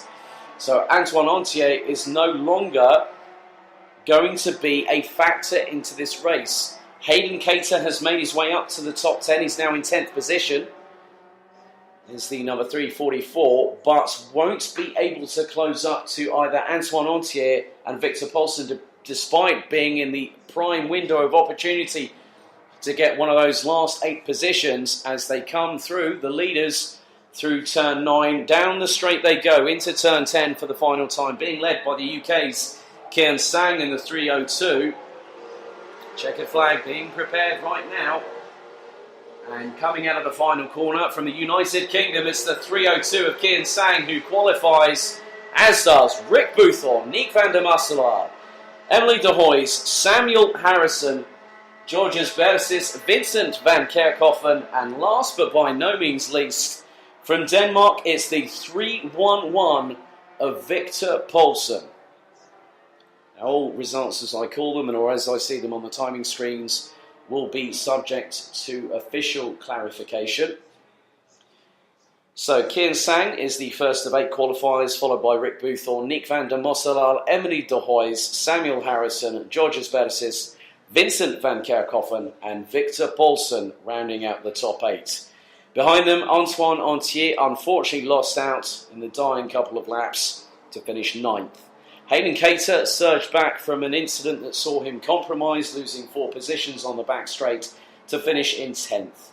Ahead of Pieter Jan Bolen, Marcus Radney started a little bit further up the order in 9th, but would finish in 12th ahead of Anthony Overbeek, and Brent Verheyen being the last of the classified finishers. We had 4 retirees in the form of Danny Kroes, Luca Den Hartog, with Bramo Sivarda and Clementine Benoit not even making it past the very first lap.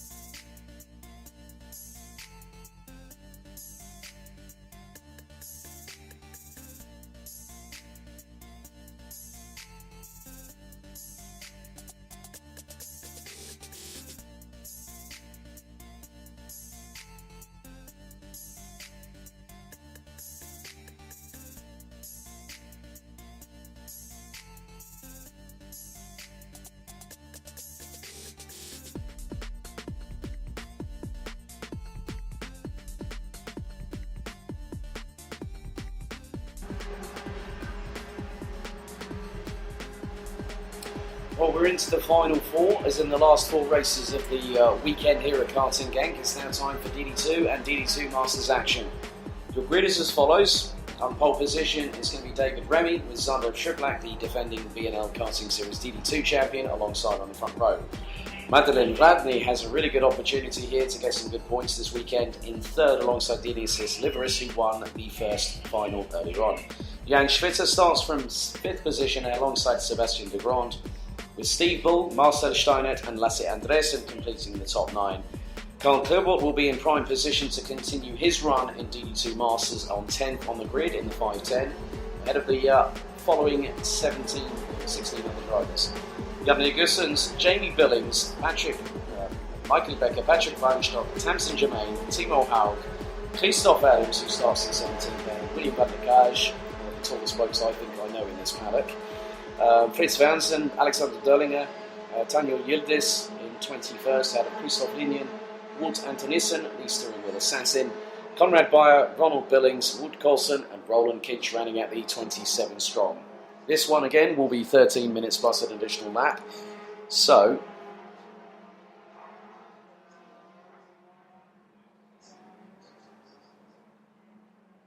you're probably looking at close to nearly 60 minutes of racing action to take us through to the conclusion of the day. Can I just remind that all competitors that have already completed their weekends, the podium for the overall race weekend results will be held at 5:15. 5:15 on the dot, down at the podium off of the restaurant terrace steps at 5:15. If you are called, make sure you attend in your race suit overalls and also bring your race helmet with you. Thank you for your attention. So, top 10 in the last race of DD2 and DD2 Masters is as follows. David Remy and Zander Schiblak on the front row with Remy on pole. Radney, Liveris, Schwitter, de Grand, Bull, Steinert, Andresen and Klerbort. Time has been reset again to 13 minutes plus an additional lap.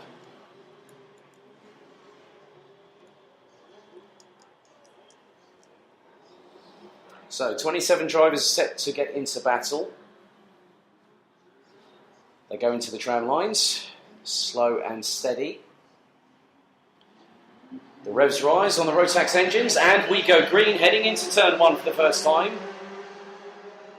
And Madeleine Radney gets pushed down into 4th position, maybe even make that 5th if Sebastian de Grand had his way there. But no, the Swede makes it stick and stays in 4th for the minute. Jan Schwitter, I think, is already trying to make up a position, but is now down in 6th. Behind Sebastian de Grand, who started alongside him on row number 3.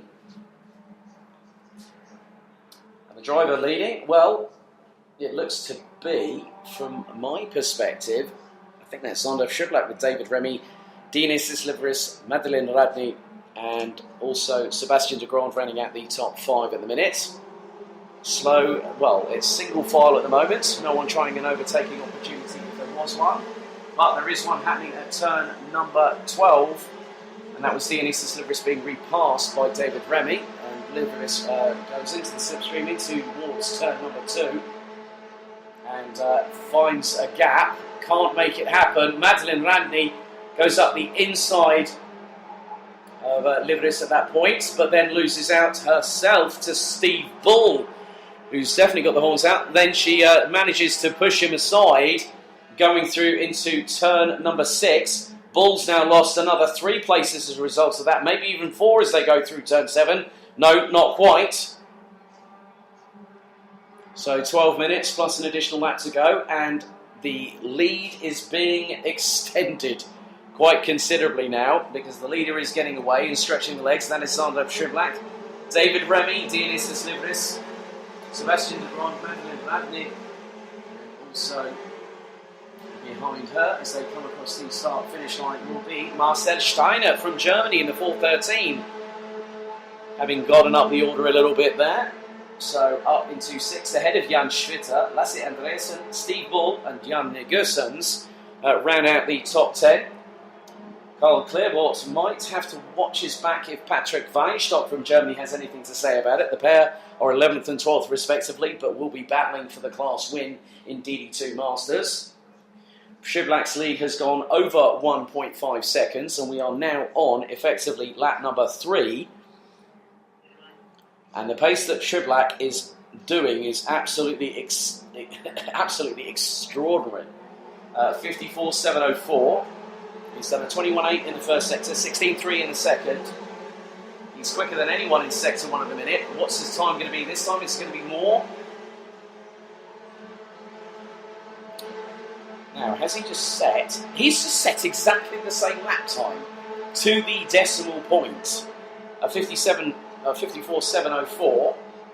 A little bit further down the order, Remy, Livres and de Grande are pulling away from Madeleine Radney, who's sitting in 5th position. She's ahead of Marcel Steiner. Lasse Andreasen has just got past Jan Schwitter. Yellow flags as we've got one off of the exit of turn number 4. And the driver is trying to get the car back onto the asphalt. Unassisted, so well done to that driver now. Let's see if they get that started. Yes, the engine fires back into life and the punch of the steering wheel happens in sheer frustration. Madeleine Radney, in the meantime, has closed up the gap as Jan Schwitter goes throwing it up the inside of Marcel Steinert there. Steinert going side by side with the Swiss driver, but then pulls back in and Schwitter says, let's go up to the drivers in front, shall we? So, Schiblak's lead is now 2 seconds. And the gaps are closing between the 4 behind. That could be possibly 5, maybe even more. Top 10 at the moment with 8 minutes and 55 seconds to go, plus 1 additional lap. It's Zander Schiblak leading by over 2 seconds from Dionysius Livres. David Remy in 3rd. Sebastian de Grande in 4th, closely followed by Madeleine Radney from Sweden in the 468 for 5th place. Lasse Andreasen is in 6th ahead of Jan Schwitter. Marcel Steinert has dropped to 8th ahead of Jan Negusens, who's overtaken Steve Bull. Carl Clermont still leads DD2 Masters, currently 11th overall in the road as Schiblak carries on his lead. And it's dropped slightly because Livres has just gone quicker that time around. The lap times have dropped, but the fastest lap is no longer in the possession of Zander Schiblak because that belongs to Denmark's Lasse Andreasen in the 409, who's just put in an absolute belter, 54.326. And that is clearly that's a huge lap there. And I think at the minute, I don't know if anyone's actually gotten close to that. I'm just looking. Jan Schwitter is also close to that pace. The Swiss driver did a 54.361.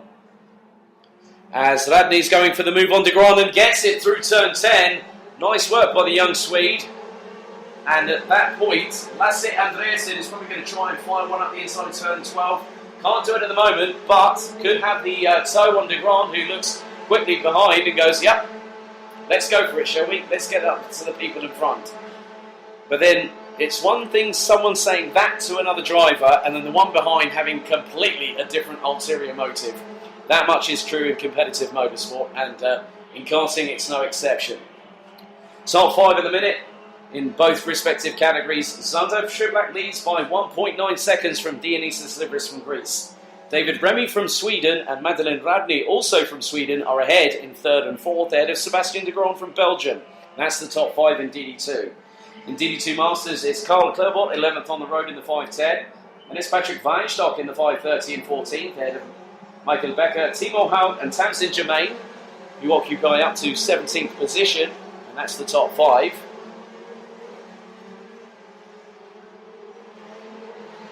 So we're at half time in this last final for the DD2 and DD2 Masters category.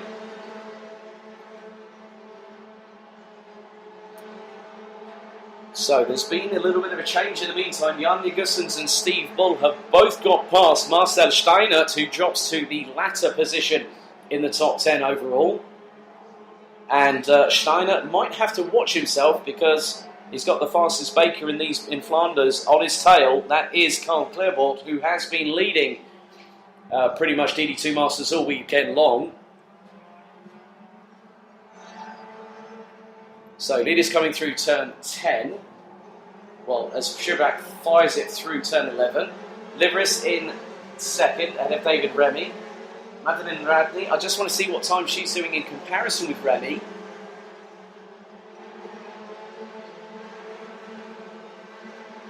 Remy does a 54.552. Madeleine Radney's just taken a tenth and a half out of him.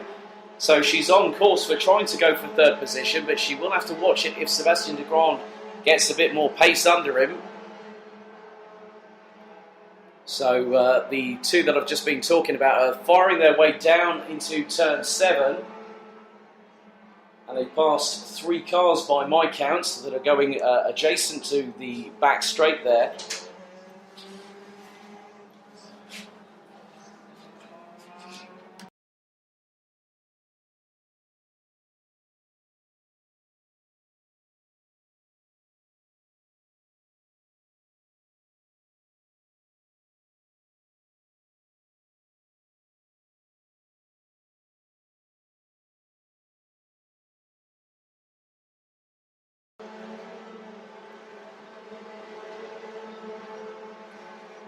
So, just had to call Junior Max driver 224 to the stewards immediately, so if you can make your way there now, please, that would be appreciated. 4 minutes and 30 to go in this DD2 and DD2 Masters final race of the weekend. The gap between Madeleine Radney and David Remy, I nearly said a completely different Swedish name there. That would have been really problematic because that woman driver is not here this weekend. So Madeleine Radney still closing very fast on David Remy for third position.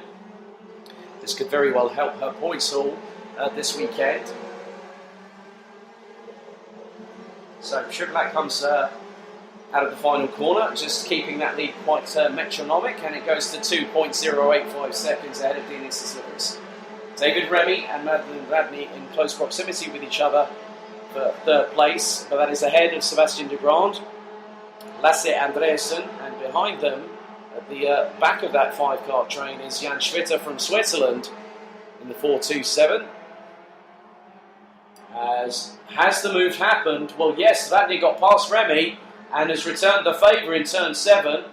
So the pace is quite clearly there. Radney was not as quick on the last tour in comparison with Remy.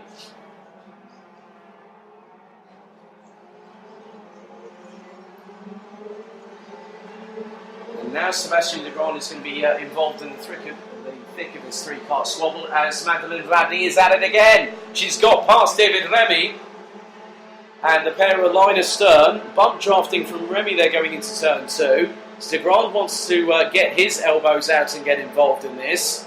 So Radney now in third, Remy and Degrand running at the top 5.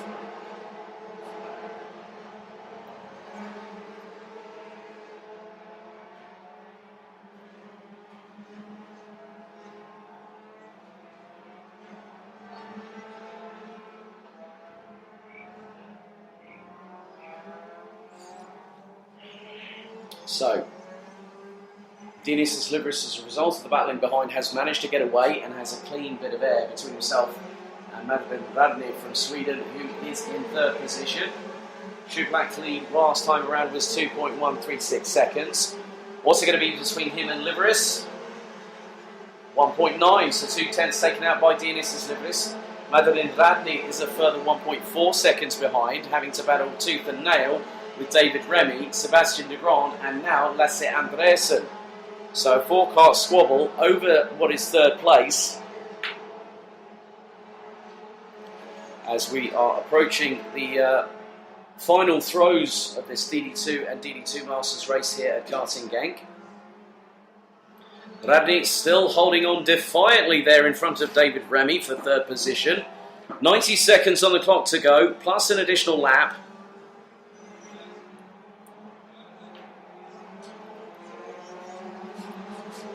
And at the moment, in terms of DD2 Masters, Carl Clermont still leads, still staying in 11th position. And is still behind, as I counted, Marcel Steinert from Germany.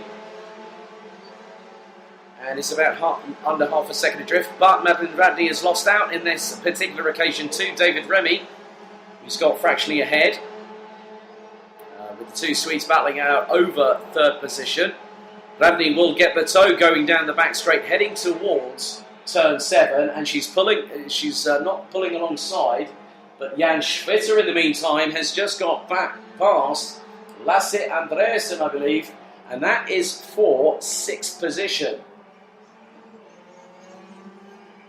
Yep, that is the case, as I've just seen it confirmed through turn 9. So Triblac continues to lead, just over 2 seconds ahead of Dionysius Livris. 18 seconds on the clock to go, so this will be the penultimate lap. Gap still 2 seconds between Triblac and Livris. Remy still ahead of Madeleine Radney at the moment, who is doing an absolutely sterling job in the 468 this weekend. She's having a better day in the office than she did yesterday, as she admitted to me last night. So we'll just see how she gets on. Will she have a chance to get back past David Remy? Well, if she's about a car length and a half behind going into turn number 7, that's not going to happen. And the driver that ended up, I found out who it was. It was Daniel Yildiz from Germany, who is still circulating, who ended up being unassisted in getting his car back on the circuit, firing it back up and roaring away with all 125 cc's. So there probably may be a blue flag situation. Yep, that's being brandished because the leader is now coming up to make the first lap, or to lap the first driver this weekend. That will be Zander Triblac, as we are on the final lap of the race. Triblac going through turn 5. Livris goes through turn 5 as well. Now it is a 3-way scrap between Remy, Radney and Anderson, as Radney tries to force the issue going into turn 6, but nearly comes a cropper at the hands of Lasse Andresen, and she does at turn number 7, and Jan Schwitter's getting in. Oh, and turns her 180 degrees the wrong way, going through turn 8. That's disaster for both Sebastian de Grand and Madeleine Radney. Jan Schwitter, I think, got his elbows out way too much there, and it was a punt off for Madeleine Radney, who up until that point was doing absolutely brilliant. So a 4th place finish stolen from the Swede at the last gasp. Checkered flag waves, and Zander Triblac wins the race by 2 seconds from Dionysius Livris. David Remy and Lasse Andreasen round out the top 4. Wondering if that incident between Jan Schwitter and Madeleine Radney, it was no fault of Madeleine's. Jan went for a gap, it clearly might not have been there, and he's punted her off. That's how I see it, but whether race control sees it any differently is towards their interpretation. Provisional results are as follows. Zander Triblac wins the final race of the weekend here at Karting Genk for DD2. Ahead of Dionysius Livris, David Remy, Lasse Andreasen, Jan Schwitter in 5th, Jan Nugusens in 6th place, ahead of Sebastian de Grand, with Steve Bull, Marcel Steinert and Jamie Billings rounding out the top 10. Carl Klerbot finished in 11th, with Madeleine Radney finishing across the line in 12th, ahead of Michael Becker, William van der Kaj, Tamsin Germain, Patrick Weinstock, Timo Haug, Christoph Adams, Fritz Wernsen, Wout Colson, Alexander Derlinger, Walt Antonissen, Christoph Leinen, Roland Kinch, Ronald Billings, Konrad Bayer, and last but by no means least, Germany's Daniel Yildiz.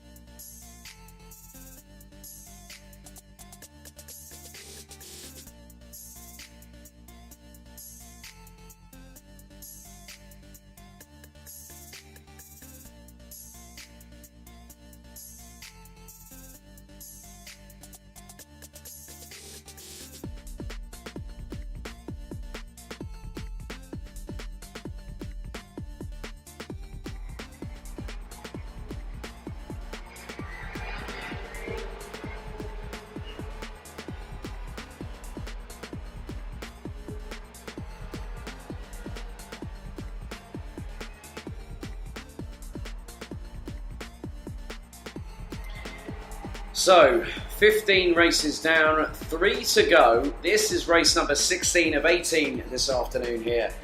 And it's OK and OK Junior, and I do have some breaking news that is going to really, be quite exciting. We've got 2 non-starters in the form of Jan-Peter Freitas and Mads Ries, who I think will be concentrating on Senior Max this afternoon. But Maxime Fourron-Castellan from Luxembourg is back in the saddle here on track after the collision between himself and Jules Castro earlier. But the grid is as follows. Ries Viveret is on pole position alongside Francis Thomas Imburg in the 2-2-3. Maurice Cabihou and Evo Mallet ran out row number 2. Franck Chapard and Alexander Tauscher ran out row number 3 ahead of Nicolas Picot and Tom Uzan running out row 4. Matthias Salonen and Sandro Horsum ran out the top 10 ahead of Loris Delbar, who is in pole for OK Junior, ahead of Germany's Daniel Greger. Enzo Peugeot in 13th ahead of Jules Castro.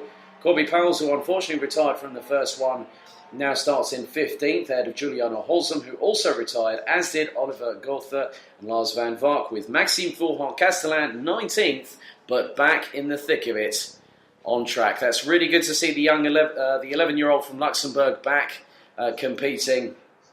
So that was really, really good to see. So he's been medically cleared and checked over to race. So again, the red light is ignited on the starting gantry. 13 minutes plus 1 additional lap to go here. 2x2 rolling start formation will now be fully initiated. Drivers will have to get into position. The 2 at the front, Viveret on pole and Amburg alongside, will have to control the pace. So they need to get into formation very quickly. Otherwise it could be the 3rd full start call today. Do we go this time? Yes, we do. They allowed that one. That was very close on the wire. So Viveret gets the whole shot, stays in the lead of this race. And everyone's getting nicely through. One's gone spinning 180 degrees the wrong way. Off of turn number 4, was pushed wide.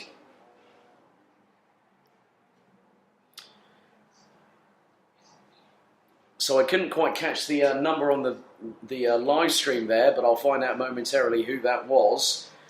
So we are down to 18 OK and OK Junior drivers. So at the moment, Ries Viveret leading the way in the 2:35. And Loris Cabihou still remaining in 2nd position. Lead is now crossing the start-finish line as Nicolas Picot gets a bit feisty with Franck Chapard for 3rd position. And now Picot loses out to, I think that was probably Evo Mallet in the process, and now drops down to 5th place. Could be ahead of Matthias Salonen from Finland, currently in 6th position. Alexander Tauscher looking to be in 7th place at the minute. Corby Powles, in the meantime, started 15th, now up into 9th place is the young Belgian from Leopoldsburg.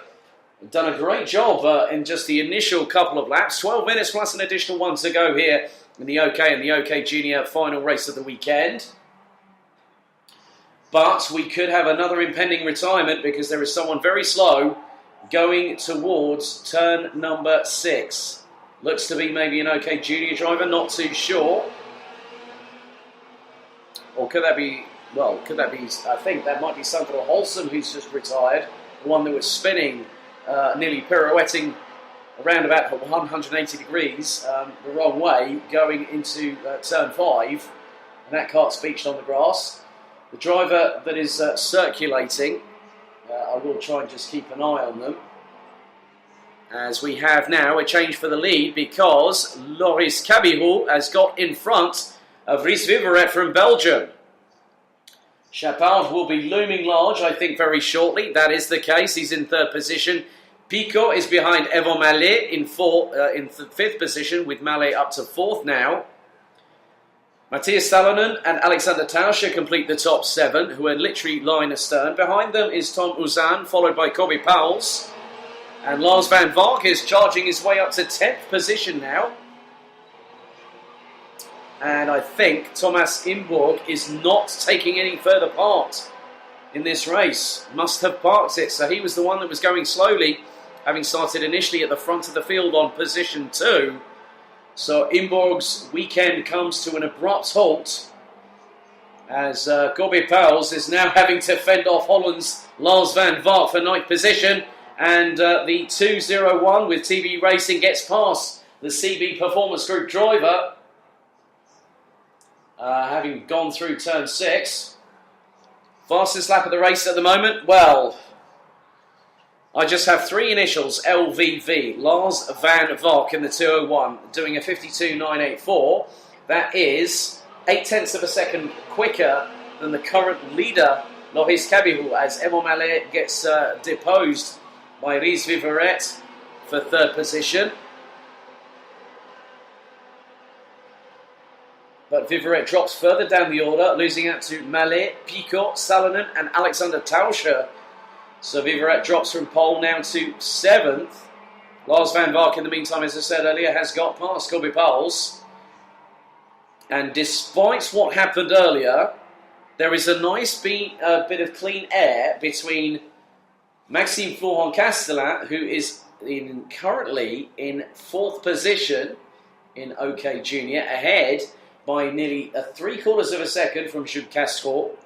Enzo Peugeot is leading the OK Junior class in 13th overall, ahead of Loris Delbar and Daniel Greger from Germany. Leaders now coming around the final corner to complete another lap, which will put us on to lap 6 here. 8 minutes 30 plus an additional 1 to go.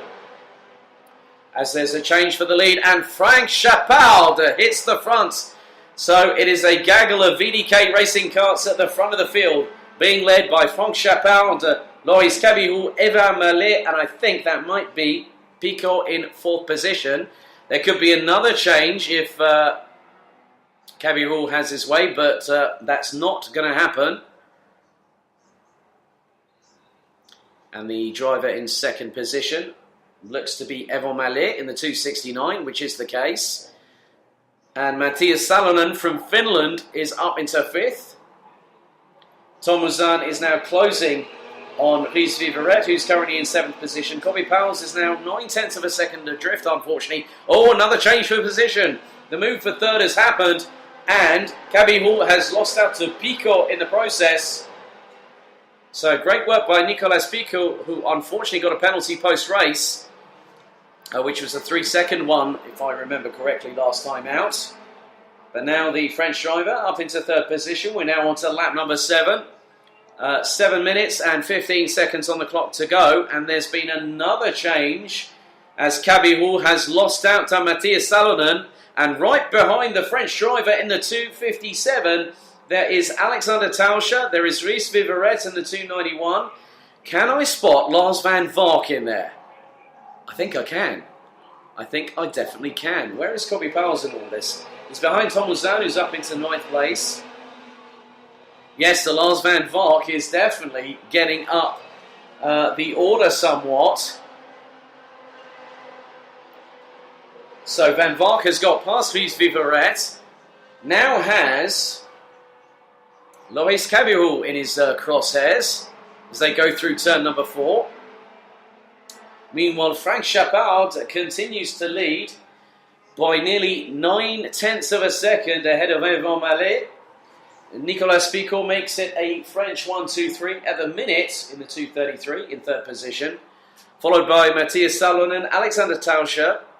Now it is Lars van Vark ahead of Loris Kabihu, who now has Ries Viveret for close company in 7th and 8th respectively. Tom Uzan and Gobbe Pauwels round out the top 10.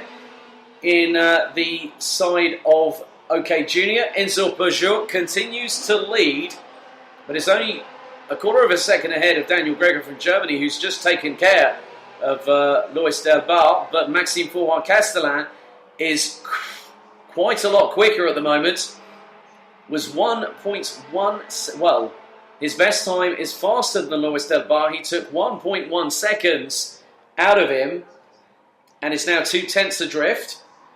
So Maxime Florent-Castellan has extended the gap between himself and Jules Castro, who might have got probably more than a stern telling off and a slap on the wrist after the altercation, but I'm not too sure of both sides of the story. I only see it from my perspective up here in the commentary box.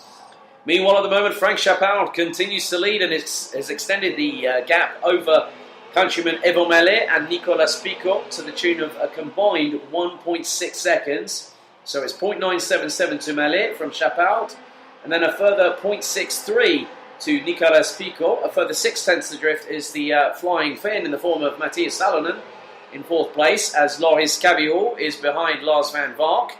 Well, as is Alexander Tauscher. So now Lars van Vark, charging through the field to fifth position, still has plenty of time to make up more places, because when I tell you that he's only 2.765 seconds behind the current leader, Frank Chappard, there is a possibility, probably a minute one, but there is still a mathematical possibility. And wouldn't that be good to see, that someone charges through the field to win it? I've seen that kind of thing happen before. I've seen people start as low as 12th to 15th positions, either in Europe or the UK, and they've come back fighting to the front, even in adverse conditions, but it's still dry and sunny. Current temperatures at the moment here at Karting Genk, if I can just get it to refresh for a moment, 11 degrees Celsius. So the sun is out, no more rain to worry about. I nearly did a Jonathan Ross and replaced my R with a W there, whoops. 3:47 on the clock to go. Lars van Vark is closing down on Matthias Salonen from Finland. The pair are about 0.4 of a second adrift. Might not even be that going through turn number 7. Caballot in the meantime still in 7th. Olivier Goethe has got past Juliano Holzem for 10th place, as Tom Mouzin unfortunately has now retired on lap number 9. So another Frenchman has a sudden and dramatic end. An early end, that means, for his weekend here at Karting Genk.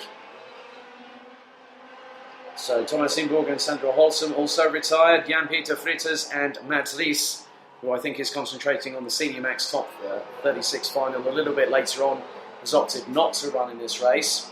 The lead between Frank Chappard and Evo Mallet has now increased to 1.2 seconds. Fastest lap of the race no longer belongs to Lars van Vark, because Olivier Goethe has just put in a 52.719, as van Vark is now behind the pairing of Matthias Salonen in 4th, and just up ahead is Nicolas Picot with the French tricolor on the top of his race helmet in 3rd position. The trio are covered by less than half a second, as Frank Chappard comes out to cross the start-finish line again. This is going to be lap number 13 here, with 2 minutes and 20 on the clock to go.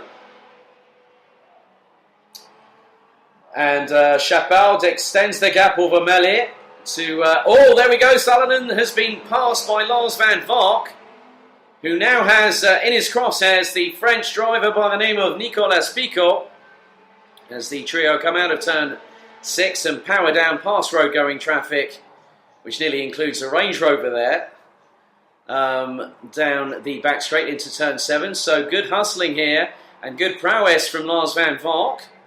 This is really going to put a smile on his face as they go through turn 10. Nice move there from, looks like, was that Loris Cabillot on Alexander Tauscher there? Or could that have been Rhys Viveret, as Frank Chappard again crosses the line? Gap between him and Mallet stays the same pretty much, 1.376 seconds, as Lars van Vark storms up the inside of Nicolas Picot, who responds in kind and retakes back 3rd position. So van Vark knows that he's got the pace. Picot knows it as well, and on the back of this, Loris Cabillot is now coming back into the mix. This is a 4-way squabble over what is effectively the 3rd position, and just behind is Rhys Viveret, as Salonen goes defensive on Cabillot, going into turn number 9.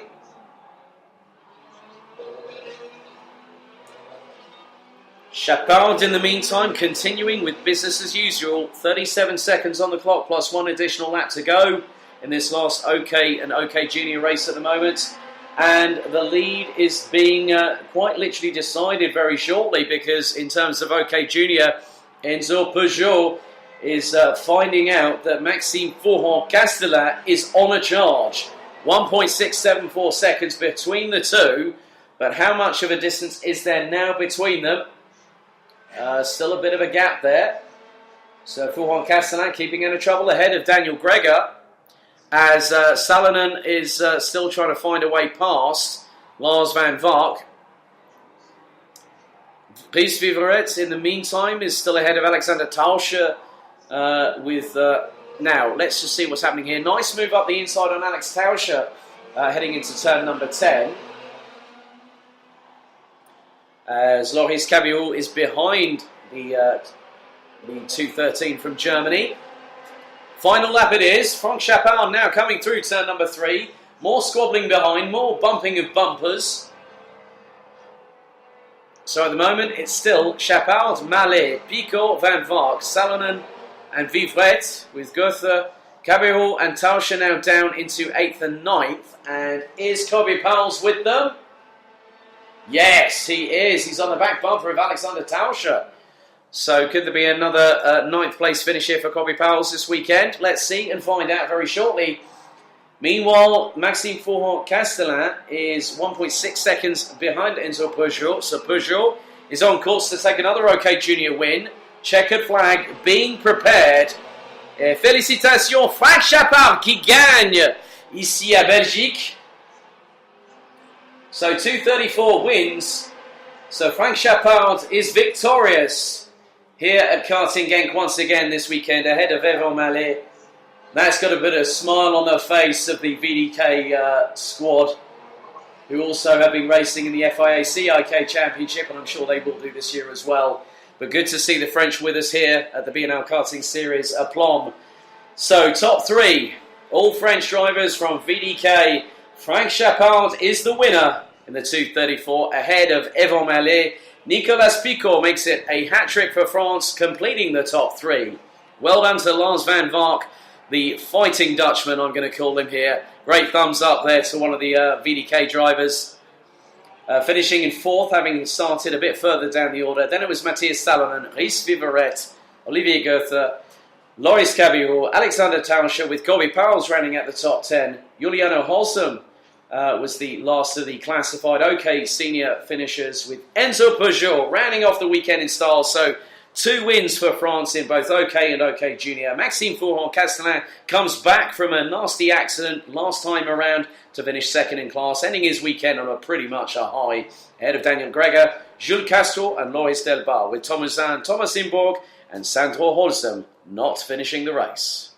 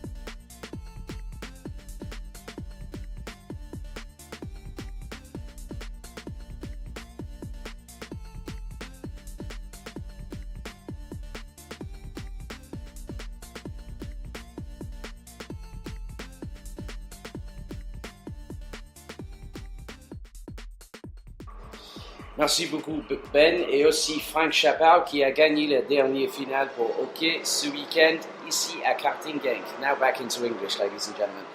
It's the penultimate race of the day. It's race number 17 of 18. Junior Max final it's the top 36 final. And the grid is as follows. Mike Van Vught and Chris Harnan on the front row, followed by Tom Heinertz and Kai Heelertz on row 2. Jeff Machiels, Danny Van Dyke, Drake Jansen, Mylan Coppens and Lucas Schoenemakers, along with Tom Adams, complete the top 10. That's the top 5 rows. 11th to 20th, it is Valentin Klus, Oskar Christensen, Yaroslav Zemashka, Artem Mikhailov, Matthew Higgins, who had a stormer in the last qualifying heat earlier on this afternoon, ahead of Morris Schuring, Lars Zanen, Callum Voisin, Rasmus Anderson and Daniel Ginchard completing the top 20. Rounding off the 36 strong, including our 8 qualifiers from the second chance heat, it is Max Stevedik, Patrick Knowles-Lochmelis, Will Jenkins, Jano Zoffi, Sam Bergstein, Maurice Bechtel, Dan Zoffi, Bart de Wit, Gianni Andressani, the first of the 8 qualifiers ahead of Christian de Klein, Alexander Abskava, Bruno Molders, Summer Webb, Samuel Sendis, Daniel Storankov and Flint Schuring. So there has been an amendment post-race on that one. So Flint did not finish, but still managed to qualify. Obviously, any results we call is due to official clarification post-race, reference technical or otherwise. Ladies and gentlemen, you remember yesterday, well, the volume is going to be cranked up even further. I think we're going to hit more than just level number 11. Maybe even make that as high as 15. Van Vught, Harnan, Heinertz, Hillets, Machiels, Van Dyke, Jansen, Coppens, Schoenemakers and Adams. That's your top 10. The top 36 final for Junior Max here at Karting Genk, home of champions. 13 minutes on the timer. Red lights on the starting gantry. Do we go racing? Yes, we do. They head down into turn 1 for the first time of asking. Is everyone going to get through cleanly into turn 2? Some have gone a bit wide. Kai Heelert's up into third already. Tom Heinertz is a cheeky little scamp. He's got up into second. 3 abreast nearly going through turn 3. We've had a couple of comings together. One's pulling off to the side. Is that Gianni Andressani in the 246?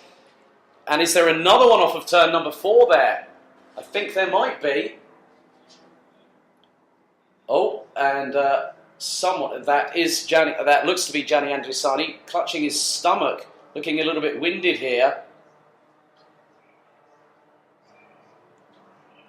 So at the minute, it is Mike Van Vught leading from, would you believe it, Tom Heinertz, and then Kai Heelertz, the 264. I think is Chris Harnan, started on the front row with Van Vught. So Harnan, Jansen, Van Dyke, Machiels, Coppens, Higgins has made a stormer, as has Dan Ginchard. So these two Brits, oh no, Matt Higgins in trouble. Oh, that was very, very difficult. He tried to judge the gap on Jeff Machiels and mounts the left side. Machiels gets going again. Matthew Higgins has to wait, unfortunately. Now I'm just hoping that car is salvageable and he can carry on circulating. Well, the car looks okay at the minute. So that might have been Samuel Sendis. That is Samuel Sendis. That looks a bit confusing because Gianni Andressani is now in 34th position, but that was a disaster. Matt Higgins was running pretty well in 9th and went for a move on Machiels. Went for a move, might have been on Mylan Coppens and got caught out and then hit Jeff Machiels, unfortunately. Might have been just a bit blindsided. Meanwhile, Ginchard now up into 8th. So this is unfortunately going to put Matthew Higgins down at the back of the field. And he gets his head down. I mean, in any racing driver's book, especially if you consider the late Ayrton Senna, if there is a gap, you're going to go for it. And that's what Matthew Higgins did, and unfortunately, it wasn't to be, but never mind. There is always another time. Hopefully, we might see him a bit more in Europe, I understand. So, some good racing happening at the moment. There's a nice little move that could be. Is that Danny Van Dyke, maybe, that might have made a move on Drake Jansen? That is the case. So, Drake Jansen now down into 6th place behind Danny Van Dyke, who stole that move pretty quickly, I have to say. Had the right kind of momentum as Chris Harner's got past Not just Kai Heelerts, but also now Tom Heine. So it is a Dutch 1-2-3. One Belgian is trying to mount a fight back, and that is the 274 of Kai Heelerts, who's had two top 5 finishes, including a 3rd place in his first qualifying heat earlier on today, and rounded out the top 5 a little bit earlier on, so showing a bit more good pace here, having not had the luck at the kick-off. So Danny Van Dijk now closing on Kai Heelerts for 4th position. 11 minutes and 53 seconds to go.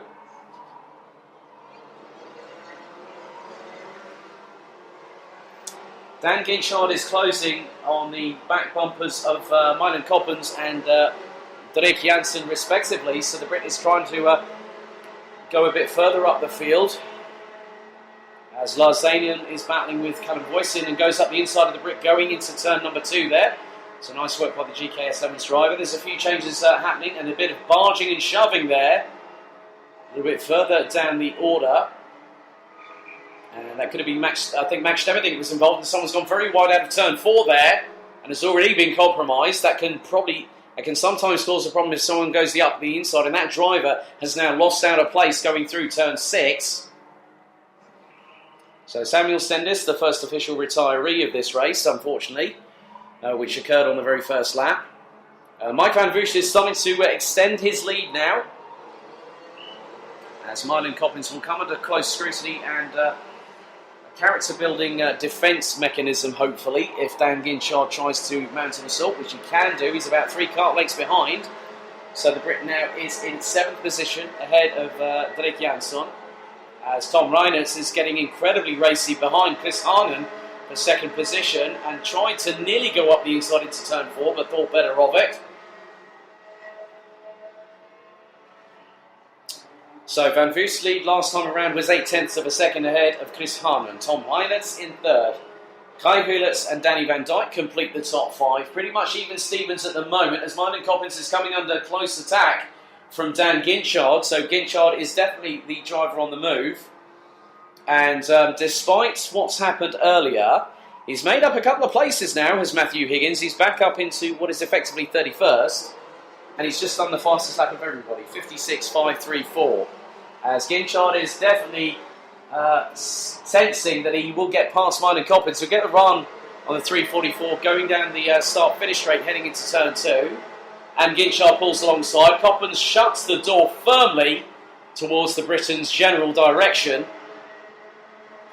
As Dirk Janssen has Callum Boyson for company. The Brit is also trying to put the feelers out. A little bit further down the order, Max Stemmerdink is definitely in the trenches. And has got the likes of Bruno Molders, Summer Webb, Summer Webb and Bruno Molders qualified in the 2nd chance heat. And they are now part of the top 20, ahead of Maurice Bechtel. So, what's happening here? Oh, Reinert's got past Chris Harnan.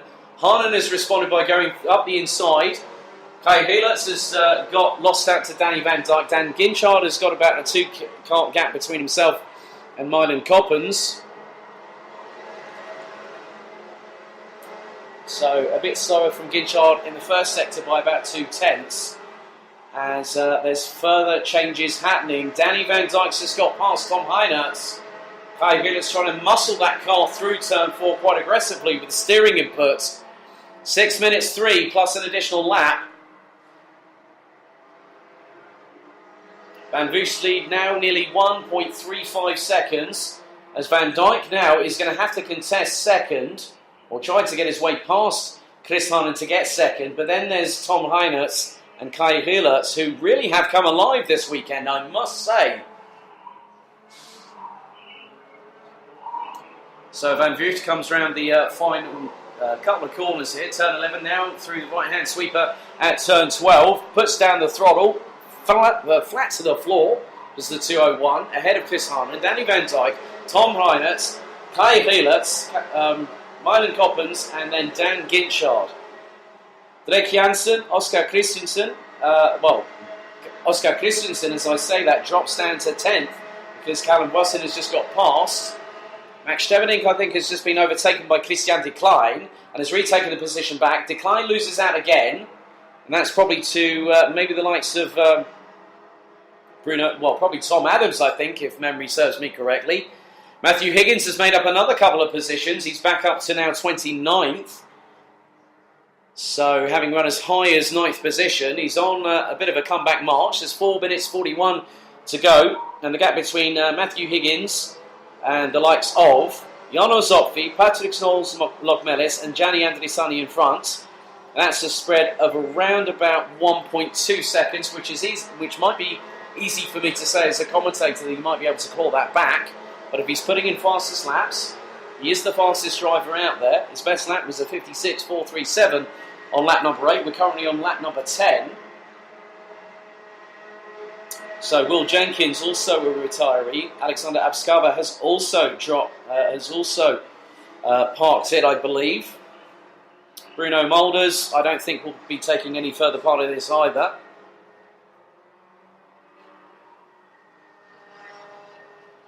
Or will he? Well, Dan Zopfi does come round to complete another lap. So Bruno Mulders was definitely under the impression it was going to be tough, and I think he's got exactly the right taste of how it has happened, as Tom Reinertz has got past Danny Van Dijk for 3rd. In the meantime, Dan Ginchard has got past Milan Coppens for 6th place. So the Brits trying to claw the gap back to the 5 in front. So now he's got some clean air. If Milan Coppens doesn't have anything to do with getting past him again. So Oscar Christensen got back past Callum Voisin for 9th position. Bart de Wit past Summer Webb for 15th. Jeff Machiels up into 24th now on the recovery side of things. Matthew Higgins, in the meantime, now up into 22nd place. With just under 3 minutes to go, plus an additional lap. Bruno Mulders is still circulating. So retirements thus far with just under 2 minutes and 45 seconds plus an additional lap to go. Alexander Abskava from Georgia, Will Jenkins from the United Kingdom and Samuel Stendis from Denmark.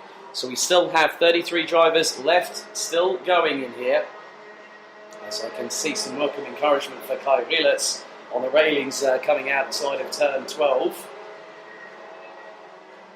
So at the moment, Mike Van Voost's lead now goes to 1.6 seconds. Second place is still in the hands, quite convincingly right now, of Chris Hannen. With the top 3 completed, well, make that a top 4 when you consider that Tom Reinertz and Danny Van Dijk are also from the Netherlands.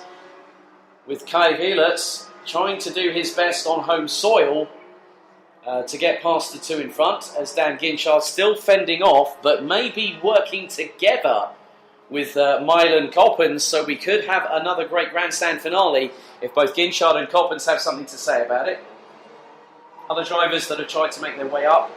20th and 21st now, Tom Adams and Matthew Higgins. Jeff Machiels up to 23rd.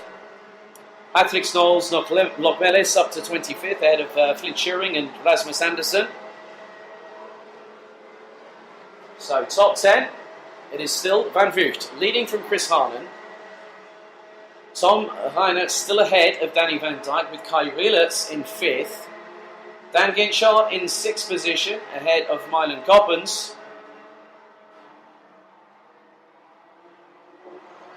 As Danny Van Dijk is getting closer and closer to the rear wheels of Tom Reinertz's kart, the 237, sporting the GKS Lemons Power colours here, with this being their home circuit.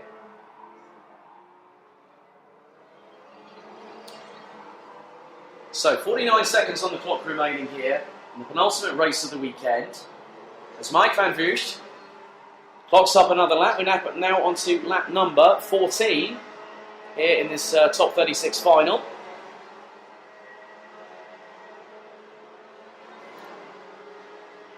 And so whilst everyone has been fighting behind, Van Voogd has just been calmly getting on with it and just concentrating on leading away from pole position and checking out and not having anyone near him. And that's very much the case here. And there's a nice little battle I think I've just clocked in my field of vision with Summer Webb, Max Stevenink and Christian de Klein. That is over 17th, or 16th position. Matthew Higgins now back up into the top 20, as this is now the penultimate lap. So Matthew Higgins one great recovery drive up into 19th. It's now going to be the last lap board for Mike Van Vugt, the Junior Max defending BNL champion from last season. And his lead over Chris Harnan now 1.695 seconds. Behind them, Danny Van Dijk throws it up the inside of Tom Heinertz. Kai Hulitz tries to follow through. Ginchard goes up the inside of the Belgian on turn 3. Myron Coppins is forcing it. There's tyre smoke as the pair bounce off each other. That's Kai Hulitz and also Myron Coppins. So Hulitz just hangs on to that by the skin of his teeth. But there was clearly rear tyres rubbing sidewalls as there was smoke pouring from the right rear and of Hulitz and the left rear of Coppins. And they're at it again through turn 8. And that's, Hulitz has been fired off, so to speak, by Myron Coppins. Gets back going, and he's just gesticulating, showing his vented anger and frustration at the 244. I think there was a bit too much there, as Hulitz now fighting to keep himself in the top 10. But Van Vugt takes it by 1.83 seconds ahead of Chris Harnan. Tom Heinertz takes a well-deserved third position. Daniel Ginchard steals one off of Danny Van Dijk at the flag. Myron Coppins involved in the trenches and the battles with Kai Hulitz, with Hulitz ending up 11th at that point. Coppins hangs on to 6th. Whether that will be investigated post-race is another matter entirely. Callum Voisin takes 7th ahead of Drake Jansen, Oscar Christensen and Lars Zeinen from Belgium, who rounds out the top 10. Behind Hulitz, it was Jaroslav Zimashka, Artem Mikhailov, Lukas Schoenemakers, Max Stemmerdink, Bart de Wit, Summer Webb, Christian Decline, the recovering Matthew Higgins in 19th position. Sam Bergstein rounds out the top 20. Tom Adams in 21st ahead of Jeff Machiels, Morris Schuring, Maurice Bechtel, Patrick Snows, Loch Mellis, Valentin Klus, Flint Schuring, Rasmus Andersen, Gianni Andrisani, Daniel Solankov, Jano Zopfi, Dan Zopfi, with Bruno Mulders being the 33rd and final classified driver, with Alexander Abskava from Georgia, Will Jenkins from the United Kingdom, and Samuel Stendis from Denmark retiring from the race.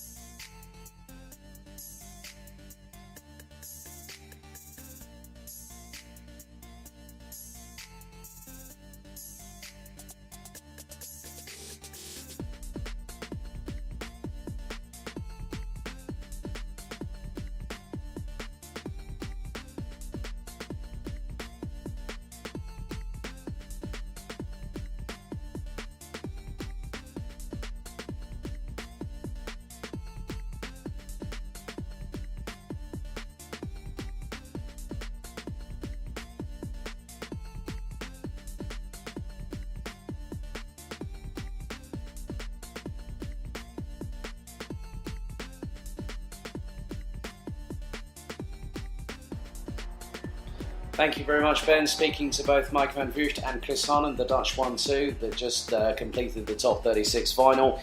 It's now time for the final race of the day here at Karting Gang to conclude the exciting first round of the 11th season of competition for the BNL Karting Series. Your final grid lineup is Senior Max, 36 competitors, 18 rows, 13 minutes plus one additional lap is as follows. Iljan Brunsils and Lewis Gilbert on the front row, Mick Knowlton and Patrick Rundqvist on row 2, ahead of the following drivers: Charlie Turner, Clayton Ravenscroft, Alex Pendlebury, Artur Horsch, James Lauder, Andreas Herbert. Looks like Christian Kuya is a no-show. His transponder hasn't shown up on the timing screen. Reese Hunter, Ben Donkin, Jason Lockwood, Leroy Jägersar, Felix Vargier, Kai Hunter, Lorenzo Stock, Storm Breuer, Victor Plateau, Henri Jung, Fabian Bock, Ben Davis, Felix Jansson, Dylan LaHaye, Mads Rees, Teddy Clinton, Alex Luck, Rick Boothorn, Nick van der Mosselaar, Emily de Hoys, Vincent van Kerkhoven, Antoine Antier, and last but by no means least, Kian Sang, Sam Harrison and Hayden Cater. That's your 36 strong. On the front row, it's Brunsils and Gilbert on the front row, apparently. But we go racing for the final time here at Karting Genk. So it looks to be 35 drivers, as it's going to be very hairy coming through turn 3 for the first time. Is everyone going to get through nice and cleanly? Oh no! We've had, that's disaster for several drivers. 3 of them have avoided. Well, 3 were trying to avoid, 2 got clattered into each other. Yellow flags being waved.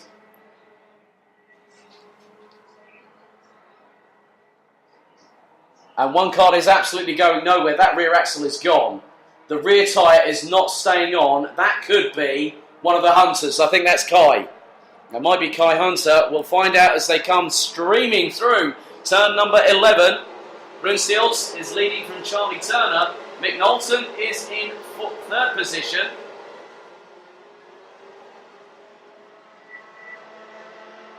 Now Lewis Gilbert, I think, didn't even start at all. So 2 already eliminated, make that 3 at the very least. So the drivers that were involved, I was right, 3:29, Lewis Gilbert might have parked it before we even got going. Oh, no, another one off. God, more rally crossing here. They're chewing up the grass than they are putting rubber on the asphalt here at Karting Genk, if you ask me. So Alexander Luck, Felix Vargier and Kai Hunter, 395, all involved. So the left rear tyre was not connected to the rear axle at all, as we've got more changes happening. I think that's could be Dylan LaHaye that might be under attack. Which is, and that was 313 that's just got past. That's Fabian Bock. So we've got 11 minutes plus an additional lap to go. Turner now leads. So Charlie Turner leads ahead of Iljan Brunsils. Clayton Ravenscroft up into 3rd ahead of Rundqvist, Knowlton, Hunter, Pendlebury, Herbert, Donkin and Leroy Jägersar. And the 4 drivers not taking any further part in this race will be as follows. Maybe even make that 5. Felix Vargier, Kai Hunter, Lewis Gilbert not even making the start, and Christian Kuya not even making the grid. So we are down to, well, Alex Luck is still continuing to circulate in 32nd and last position as Ravenscroft goes boldly up the inside of Brunsils on turn number 10 to take 2nd position. Rundqvist and also Reese Hunter is ahead of Mick Knowlton, who's now dropped into 6th position. Behind he's got Alex Pendlebury from the United Kingdom. So we've had a little bit of attrition. So 4 out of the 36 drivers, which is just over 11% of the field, has just been either not shown up or not even made it to the start or have been eliminated. So 9 minutes and 47 on the clock according to the timing on the main digi flag on the gantry above the start-finish line.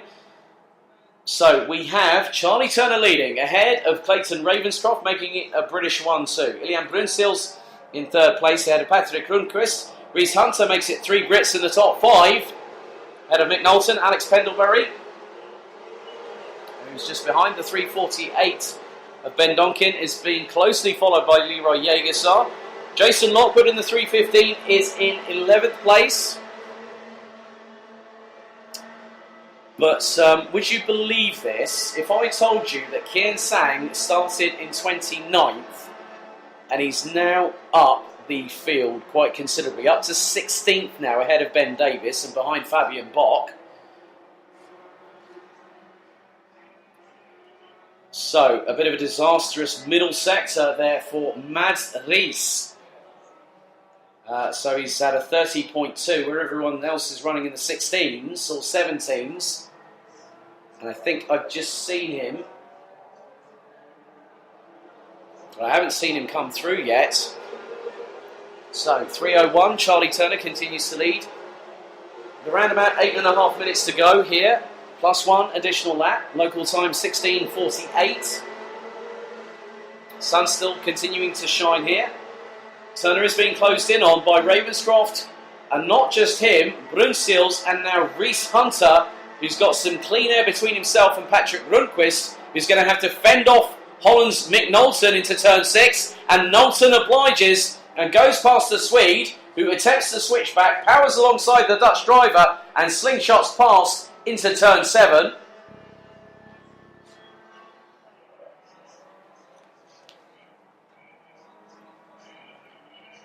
So, 7 minutes and 44 on the clock, plus an additional lap. Top four really making a breakaway,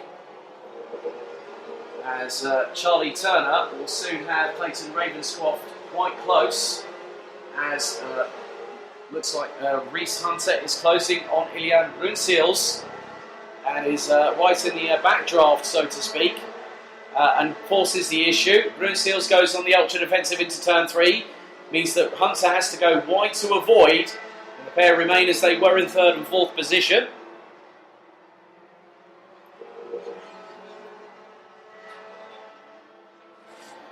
Other changes that have happened at the minute. Alexander Luck still in 21st. Mads Ries, unfortunately, has now retired, along with Felix Varget, Kai Hunter, and also Lewis Gilbert. Christian Kuya not showing up on the grid. But the battle at the front has now been decimated to two people right now, as it is Charlie Turner still fending off countryman Clayton Ravenscroft in the 3.99. Reese Hunter has now got past Ilian Brunsils, and Mick Knowlton finally gets back past Patrick Rundqvist for 5th place. And the person with the ringside seat behind the pair is Alex Pendlebury from the United Kingdom. And then you also got Ben Donkin. Dylan LaHaye now behind Leroy Jägersar, who completes the top 10. So the Belgian now up into 11th position. Rick Boothorn gets past Sam Harrison for 23rd. Felix Jansson, Arthur Horsch and Vincent van Kerkhoffen now comprise of positions 25th, 25 to 27, as Ravenscroft really is now closing. He's within a cart length and a half of Charlie Turner. So it's the battle of the Brits quite clearly on Belgian soil at the front of the field. Behind them, it's Reese Hunter and Ilian Brunsils, the one with very good home track experience, and another one who is quite a fast peddler. And behind, looks like there might have been a change between Ben Donkin and Alex Pendlebury, and that is the case. So the 3.48 goes ahead of the 3.39. Turner's gap between himself and Ravenscroft was just over a tenth and a half on the last tour. So effectively, it's going to be all to play for. We now have the last 5 minutes plus one additional lap of racing action here to go at the first round of the 2019 BNL Karting Series season. Here at Karting Genk, home of champions, Clayton Ravenscroft trying to mount an assault onto Charlie Turner. Gap is still quite the same as it has been. It's gone up to just over 2 tenths. But Ravenscroft is braver on the brakes somewhat going into turn 2. So Ravenscroft closing on Charlie Turner through turn 5. Now into the right-hander at turn 6. What's going to happen here? Ravenscroft snatches the lead quite neatly. as Turner gives them a bump from behind, probably trying to think of maybe going past the KR Sport driver.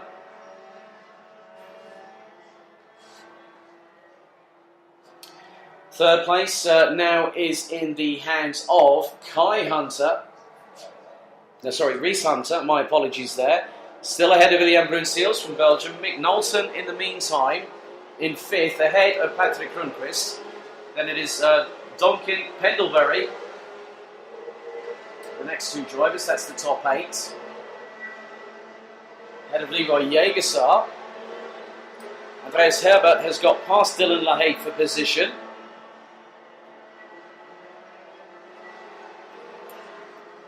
So, I'll quickly run through the running order as it stands now. We have 31 competitors still circulating with 3.5 minutes to go plus an additional lap. Clayton Ravenscroft and Charlie Turner currently making it a British 1-2. Reese Hunter makes it a top 3 for Britain. Out of Brunseels, Knowlton, Rundqvist, Donkin, Pendlebury, Jägersar, Herbert, LaHaye, Brewer, Lockwood, Lowther, Davis. Sang up to 16th now. Bock, Stolk, Young, Clinton, Van der Mosselaar, De Hoys, Boothorn, Sam Harrison, Roche, Van Kerkhoffen, Jansson, Entier, Plateau, Cater and Luck. That's the 31 strong. We've got just under 3 minutes to go here. Gap between Ravenscroft and Charlie Turner has now extended to 0.259 seconds. And we are now on lap number 11 of this final race of the weekend.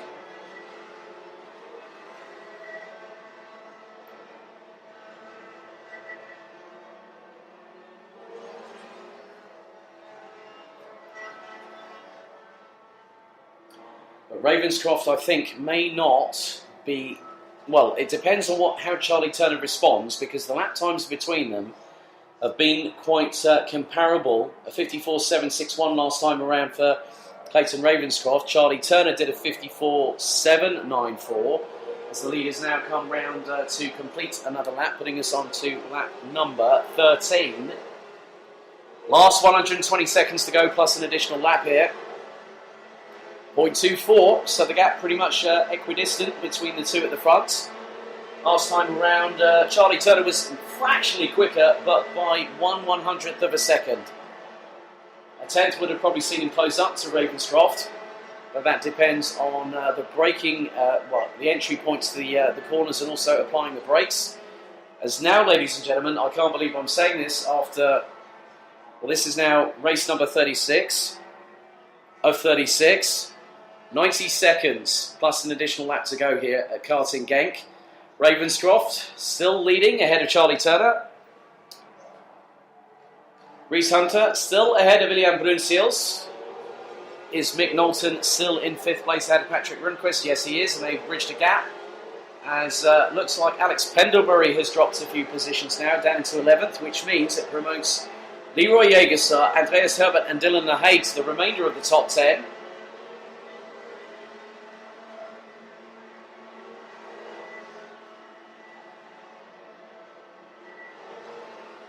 So 2 leaders coming through into turn number 6.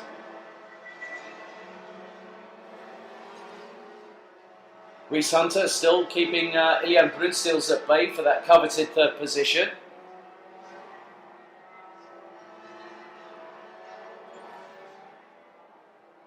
So, will they have enough time to get to the finish line before the time expires? They might very well do. It's going to be nip and tuck. 18 seconds as the 2 leaders come through turn number 12. So 14 on the clock. They will cross the start-finish line now, and probably by turn 2, they will be time expiring. 4, 3, 2, 1. Penultimate lap, here we go. So this and another lap. So Charlie Turner, if he wants to win this race, has got to try something now, as will Ilian Brunseels on Reese Hunter, but I think it's probably not enough. So we've got around about, by my calculations, around about 2,000 metres of this race weekend to complete here.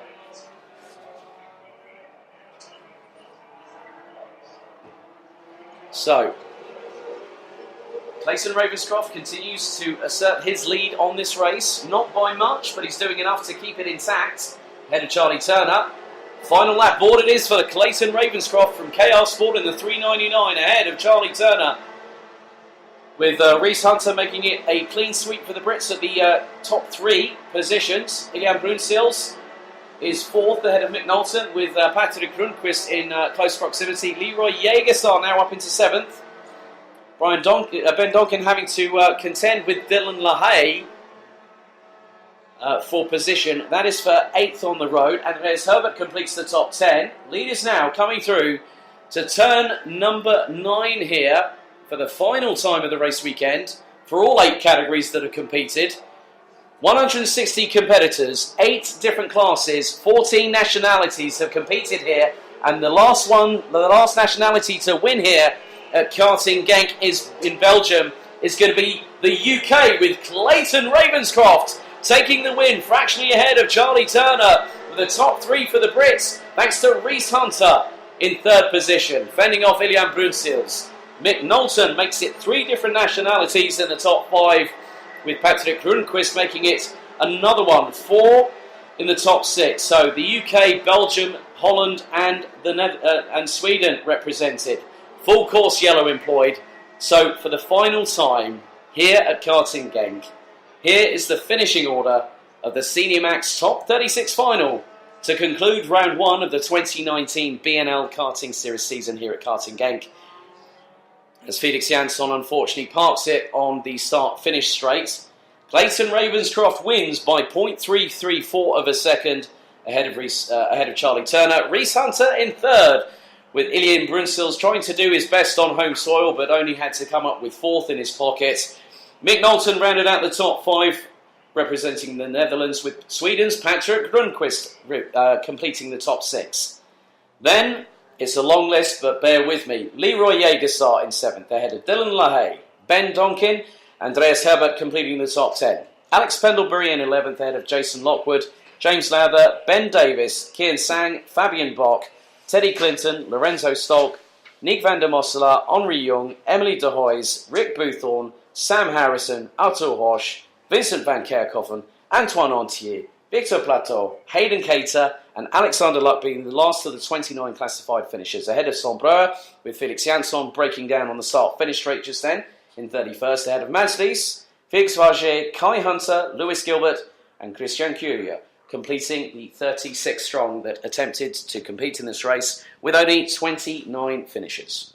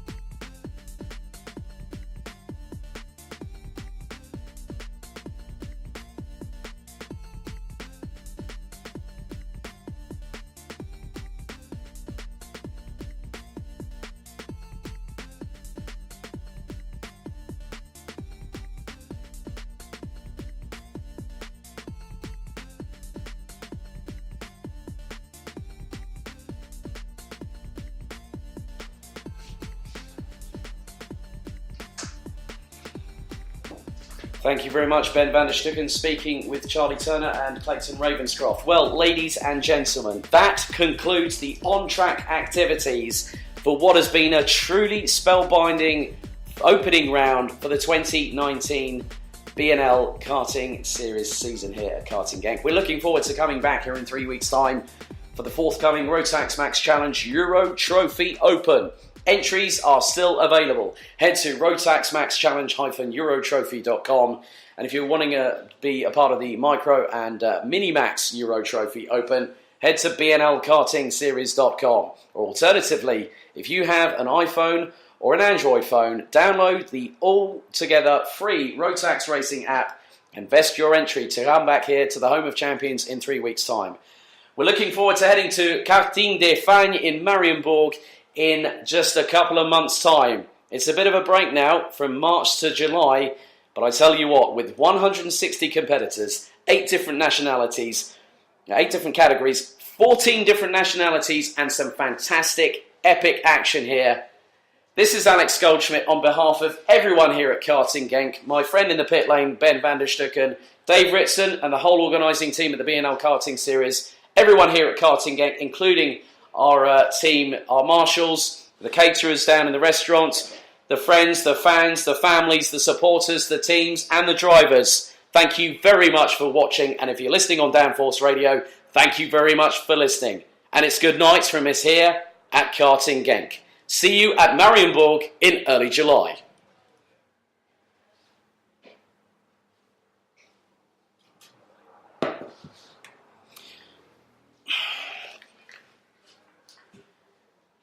So, ladies and gentlemen on the Downforce Radio Network, thank you very much for bearing with us over the last couple of days. My name's Alex Goldschmidt, Communications Manager for Downforce Radio, the nation's motorsport station, and of course the official series commentator for the BNL Karting Series. Wishing you a very peaceful and restful Sunday afternoon, and thank you for listening and tuning to any of our shows on the Downforce Radio Network, such as Pitboard, Race the Roof, maybe even roaring back the years where we look back in history with Tom Cairns. So this is me, Alex Goldschmidt, signing off from Karting Genk here in the Limburg region in Belgium on Sunday, the 24th of March 2019. BNL Race Day Live continues on July 6th and 7th at Karting des Fagnes, where Jake Sanson will be for coverage of the iArmy X30 Euro Series season opener next weekend. Have a good weekend, and we'll see you next time here on the nation's motorsport station. Goodbye from me.